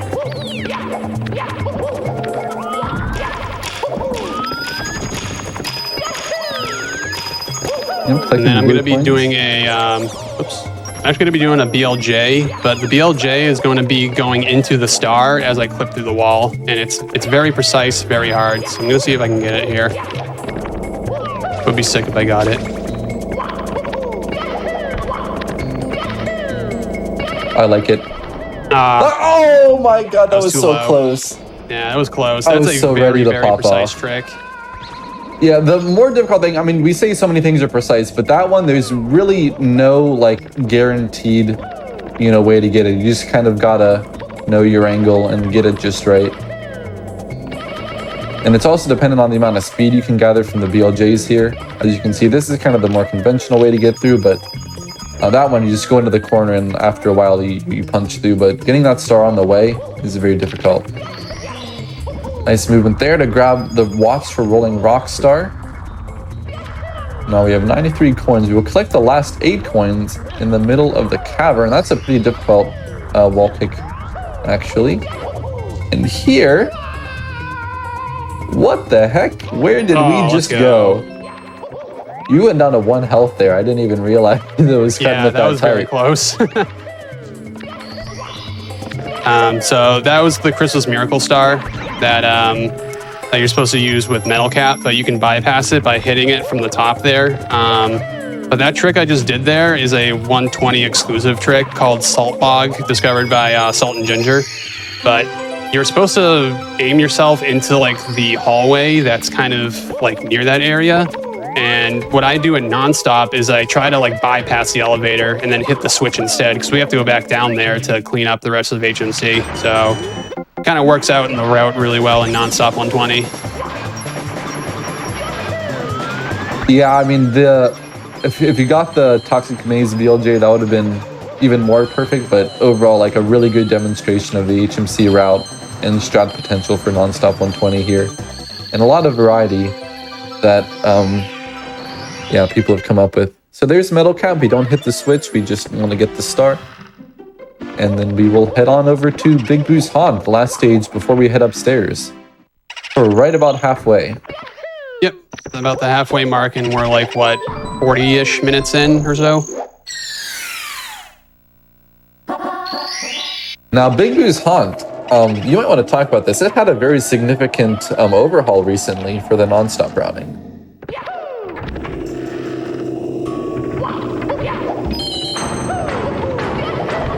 Yeah, so typically, that's a Beeve exclusive we right did the Ghost Hunt on its own, and then we did Merry-Go-Round combined with 100 Coin, but it's actually faster to combine it with the Ghost Hunt. So we actually found that it was like, I think, roughly 10 seconds faster to do this route instead over the other. So I just want to point out that wall kick rollout on the bookcase was super swaggy. Thank you.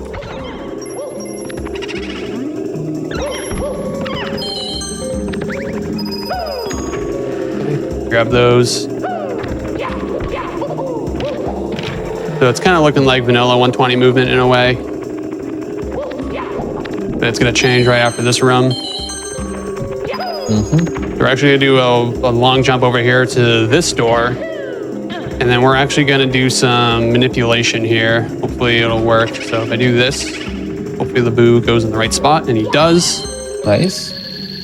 But typically he's like on the edge there, and it's like very scary. So if I fall off here, I fall like right to the bottom, and it's like a huge time loss. So you definitely don't want to fall there. Okay, so there's the 5th boo, and now we can activate the big boo, take him out. There he is.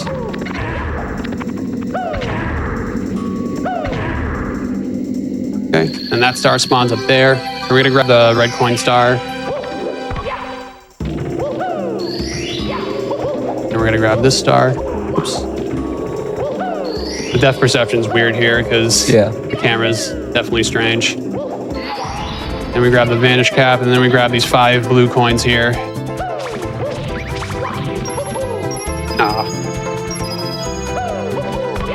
Okay. Then we go and do eye to eye in the secret room. This is a giant eyeball here. We just swing around it. Bam. Oops. Where'd he Looks like go? Mario's invisible, but I'm getting like eye frames. That was kind of funny looking. All part of the atmosphere. Yeah, exactly. Just a bunch of eyeballs and ghosts. Nintendo really wanted to freak you out.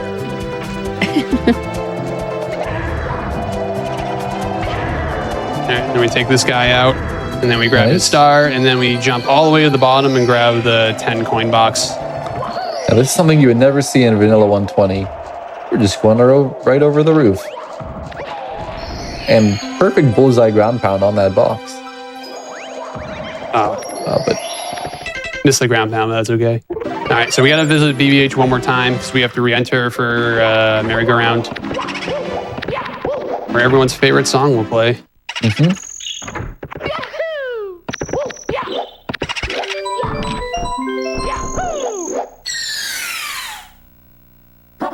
I'm actually doing like, I forgot to mention, this is camera I do here. It's actually a lag reduction, so it saves like a few seconds or so. well, A little optimization not you seconds, do. but frames. Frames. Maybe it's a second or so.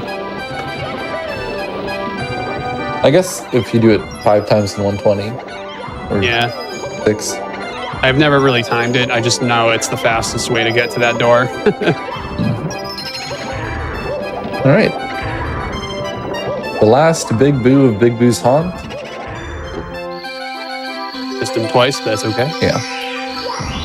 We're done with BBH, and now we're on our way to upstairs, where we do Wet Dry World, THI, TTM, and then SL. But there's going to be a little bit of a weird thing that's going to happen with TTM, but we'll explain it when we get there. And just for those unfamiliar with the acronyms, this is Wet Dry World, Tiny Huge Island, Tall Tall Mountain, and Snowman's Land. Yeah. Just so used to saying the acronyms. Yeah.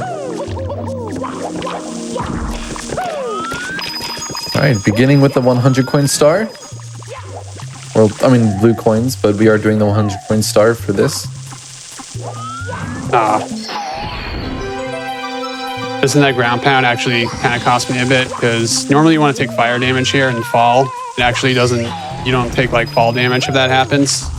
And it's actually kind of fast, but I missed the ground pound, so I had to just jump down.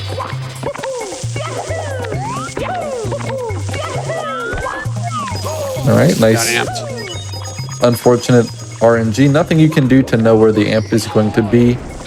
Starts in a random position.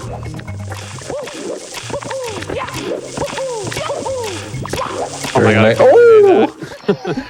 You saw that Mario actually looked to be below the surface there. That was kind of just a very charitable collision detection by the game there to put him on top of the polygon. So here's something really cool. I'm going to activate this elevator, grab the star, and I'm going to try and beat the elevator before it goes up. Yeah, this is hard. Nice. Not done yet. Ah. Yeah, you can Okay, so I'm gonna BLJ do a out of BLJ there. here. I'm gonna wall kick off there and then jump to the other side. Love it. Yeah, that movement's super cool.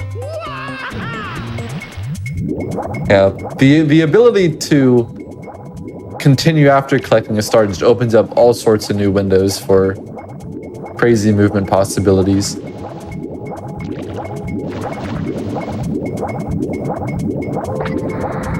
Grab this crystal and then grab the rest of the red coins and a few extra coins along the way. What's nice about this route is that we have like a lot of coins. We can actually avoid those coins at the bottom there. We can just bypass them and move on. Yeah, in fact, Wood Jar World is one of the stages with the most coins. The lowest being Jolly Roger Bay at 104, the highest being Tiny Huge Island at 191. Wood Jar World is, I think, 142. But there's a other category extension. The non-stop is a category extension because it's not one of the main leaderboard ones, but one is also called All Coins, where you literally try to collect every coin in the main stages that are recorded on your score sheet. Very difficult category as well. Not for the faint of heart either. But that was a good Wood Jar World.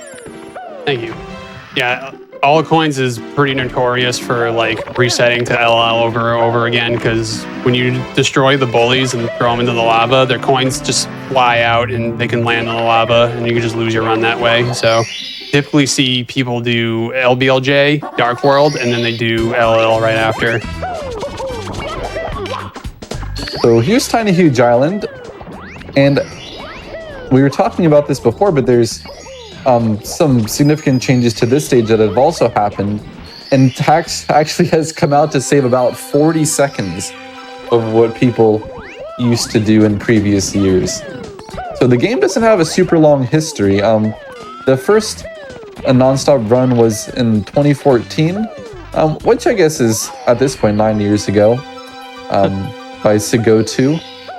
Then kind of the world record history moved on to people such as, this is so cool, I gotta talk about that. Sliding down the mountain, killing the piranhas. And we'll collect another star here.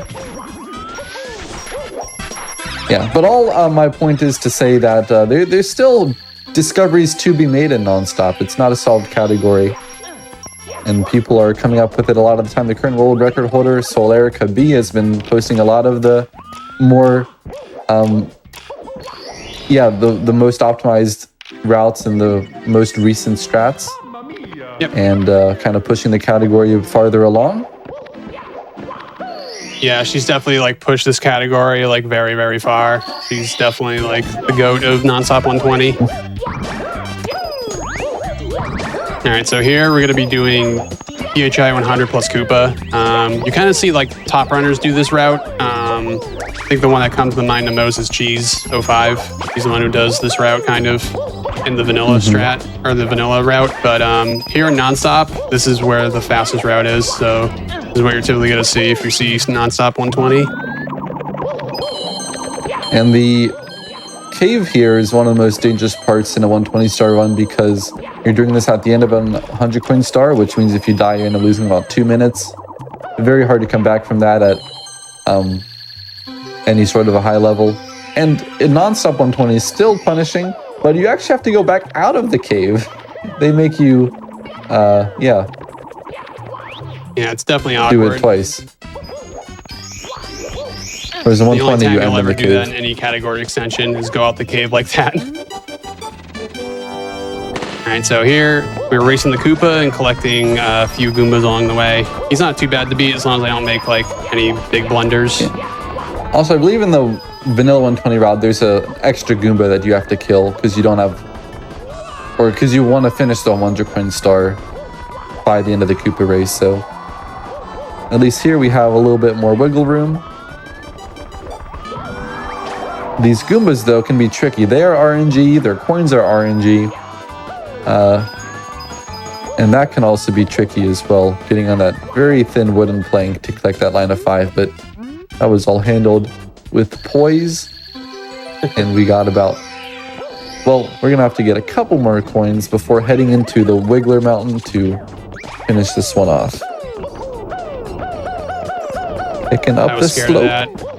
Yeah. Normally you I want think to triple jump up there, but I got a little scared, so I opted not to do the crazy strat. So.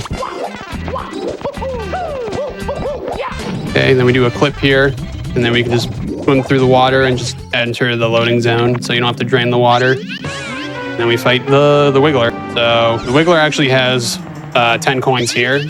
So while we fight the Wiggler, we'll just grab the rest of them like that. And the other one's over here. Now, there's something you can do here that you don't do in any other category, is do a double star spawn. So let's see if I can get it here. That'd be kind of hype if I get it. Okay. It's frame perfect. No, I didn't get it. That was a good try. Yeah, that was a few frames off. Essentially, you want to do it on frame like 4 or 5 after the star spawns or something like that. Not exactly the...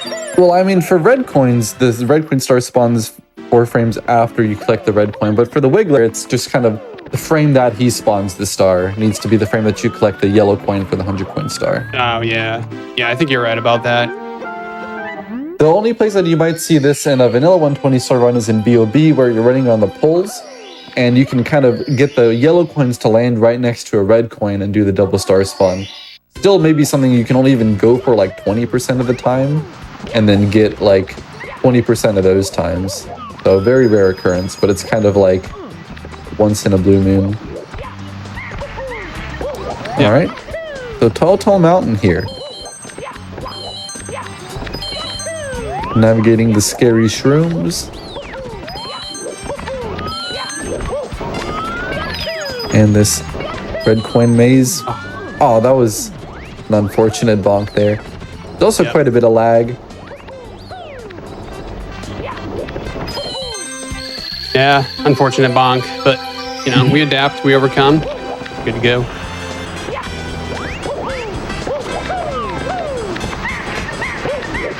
Okay. Nice.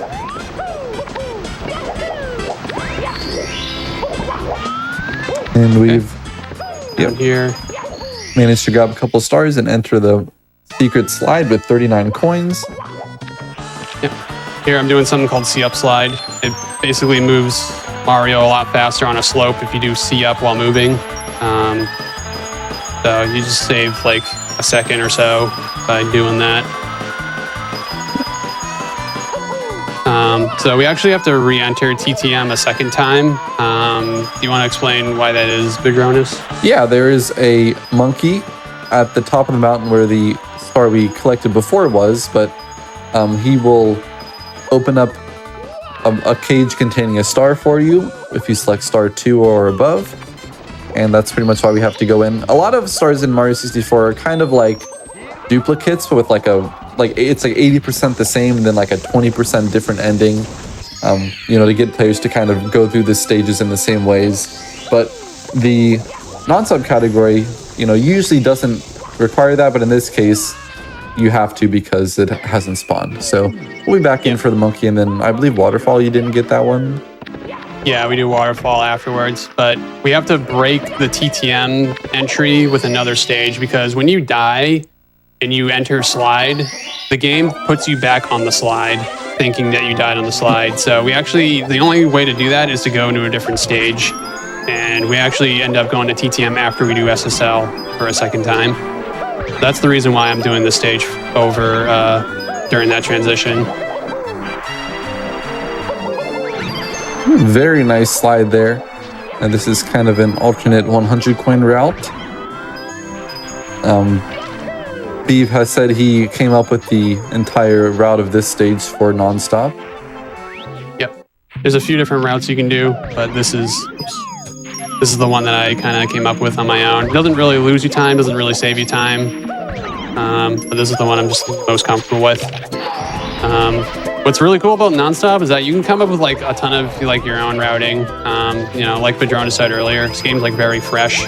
This category is fresh, and there's like a lot of like different movement tech you can learn and do. I definitely think like the potential for nonstop 120 is just like barely been tapped.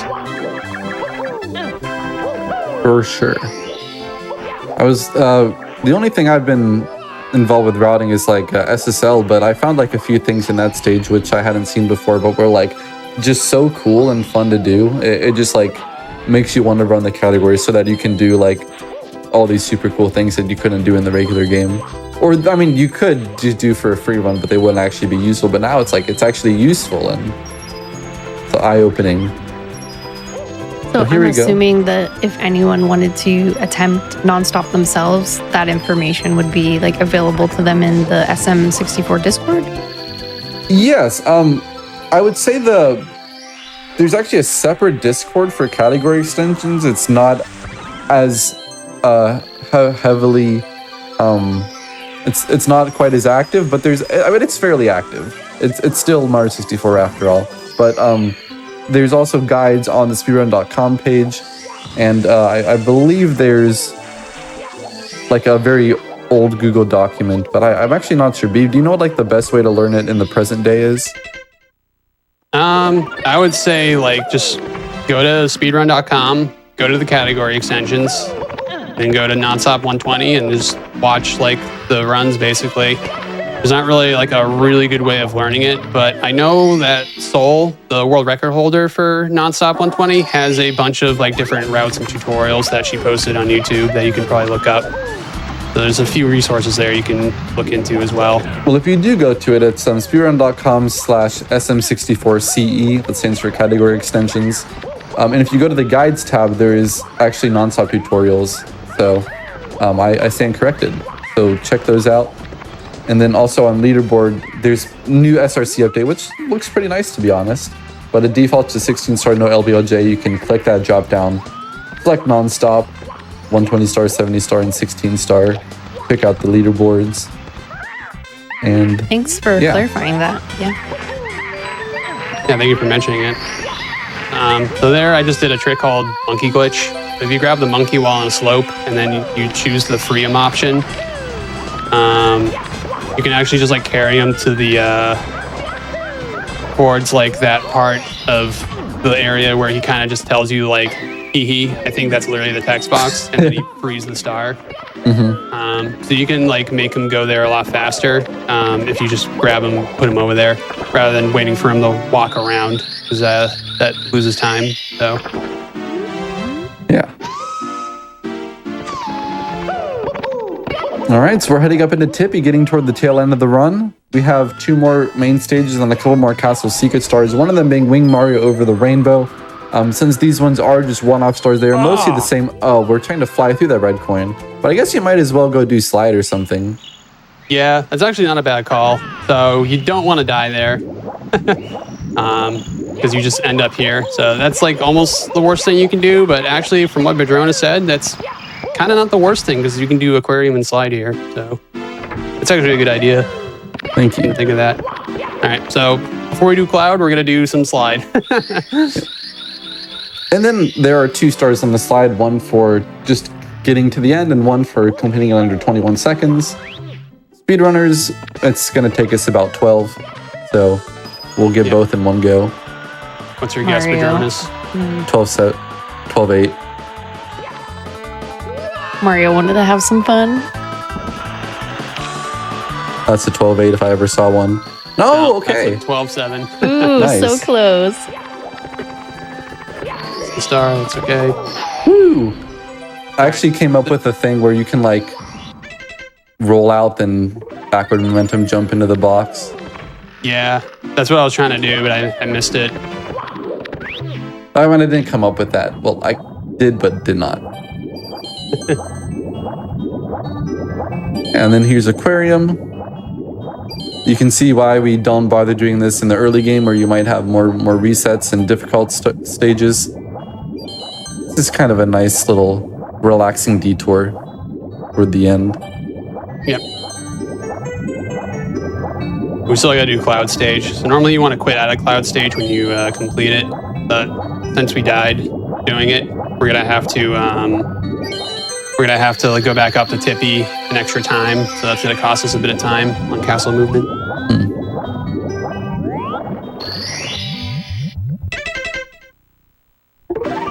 Alrighty. Yeah, also, That lobby is 100% done. Yep.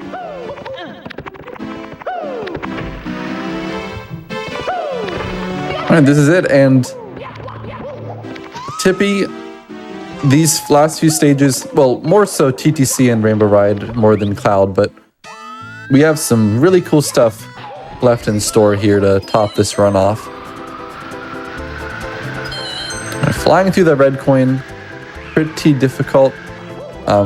Flying is quite responsive in this game, but almost like too responsive. It's like you start holding a direction and all of a sudden like he's halfway across the room and it's like, wow, how did that happen? And then it takes a lot of time to gain the subtlety and kind of finesse on the control stick to go actually through a red coin without touching the cloud like that. So that's, you know, why you unfortunately fell out the first time, but it's quite a common mistake.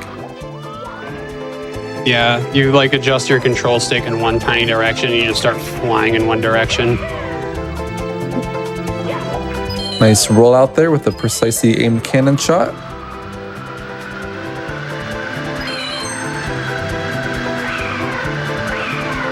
And we're going to see if he can grab the red coin without touching the vine. So it was a little bit too low. Mario's wing cap hitbox is actually a bit taller than his model. For whatever reason, it's not even accurate, but it goes like pretty high into the air. The developers, I guess, wanted it to be pretty lenient. But there's also a pole, which, as you saw when he got the red coin star for real, he grabbed the pole. But if you're just at the bottom of the red coin, you won't grab the pole, and then you can fly straight into the star without falling on the cloud beneath. So that was just one way you can save a little bit of time. But now, we're going into Rainbow Ride. We got some high-flying carpet rides and stuff to go around. Starting off with... Oh, actually, we're going, yeah, for the coins up here. I forgot. Yep.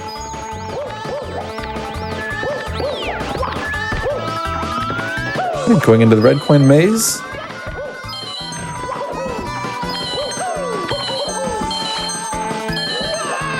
A nice movement here to pick it apart and spawn the star.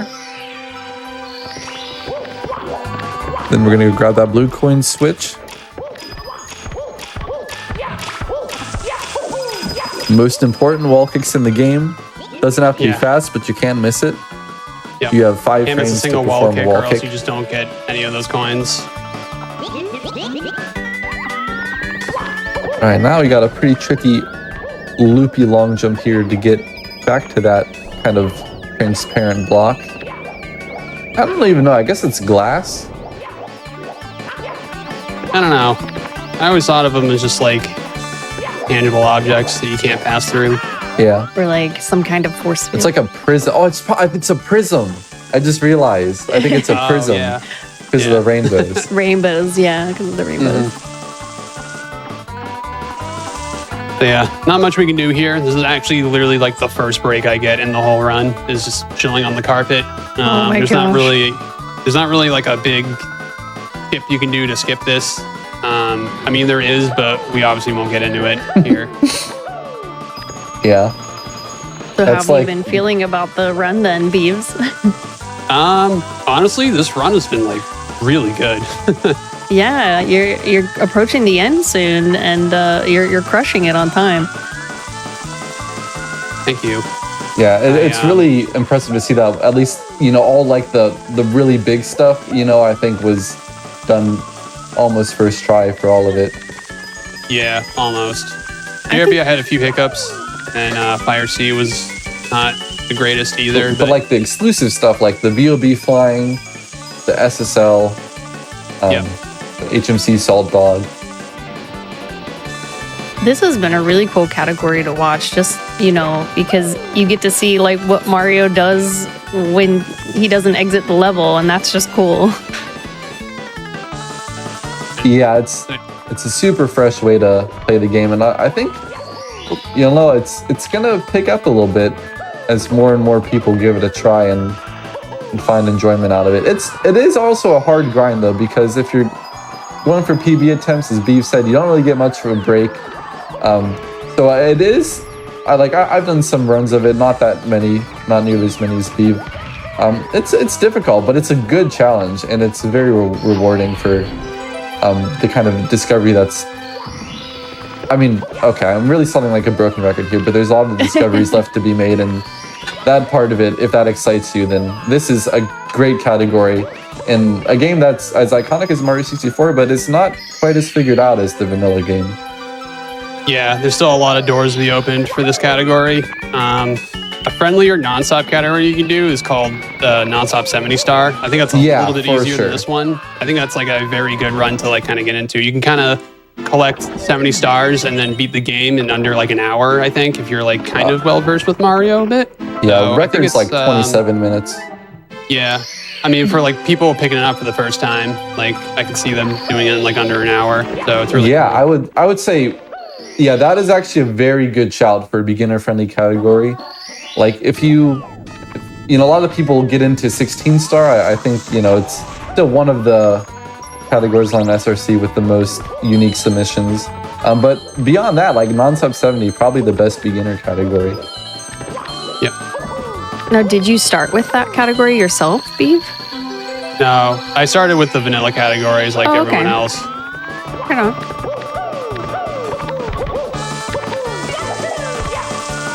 Yeah, but there are some slightly different moves in that one because you don't have to get all the 100 coins. It ends up being like a really fast category at a high level and fun to watch. But non-stop 120, also just with the insane variety that comes with having to do all 120 stars, they each have their own flavor. Now here, I'm having a little bit of trouble getting these coins and getting up the clock, but it is still going mostly according to plan here. You wouldn't wish this, but if you end up dying from the top, it's kind of funny to see how far you fall. Yeah, you do not want to fall during PTC. I got bad womp RNG there, so I'm just gonna take the hit there and get going. So after grabbing that, we actually make our way all the way back down. Oops. Yeah, That was unfortunate. I actually hit something called an invis wall. It's literally what the name suggests. Oops, I better be careful so I don't die. Yeah, hit on the blue switch. Oh, the wall kick ground pound. Very sneaky there, but the wall kick actually turned Mario around so he would face toward the blue coins after hitting the switch. And now we're going back down, grabbing the last three, which it's just kind of funny to see like all the stuff that you don't have to do in non-stop 120 in this place. Well, that's kind of sucks, but it's not too bad. Actually, it is kind of bad. No, wait, you already got. Never mind. What am I talking about? That was intentional. I thought you didn't get the red coin star yet, but I was. No, you get that right in the beginning. Yeah. All right. Oops. So this is the final and basically kind of vanilla movement. So everything else is kind of self-explanatory. Well, I still think it's freaking cool. One of the most fun stars to practice. I think a lot of people would say. but in my opinion, I've spent a lot of hours enjoying playing this stage. A lot of cycles, little speed kick over the gap there. Some dust, a little slowing down a little bit. This flame skip is kind of the swaggy part, although he missed it, that's okay. Yep. Bit of a butt burn there, but that's okay. Keep going.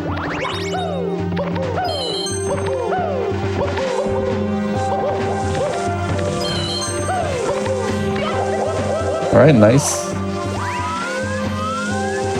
You have to kind of reduce your speed to triple jump off that slope and get that height. Triple jump, very nice. Then we just grab this red coin here, Okay. grab the final star, and then throw Bowser into the bomb. That's it. And then the run ends after I grab the final star, so get ready with that timer. Sure, good luck. Thank you.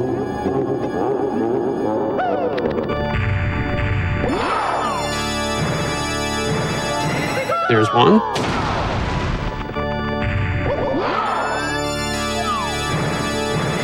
Two. And there's three. Nice. Good finish. Yeah, hats off for this run. There were a lot of things that, he did that might not have looked as hard as they were, but it's a really, really impressive run here today. And yeah, thanks for letting Beeb do this. Oh, absolutely. No, thank you so much for having me on here. I really appreciate it.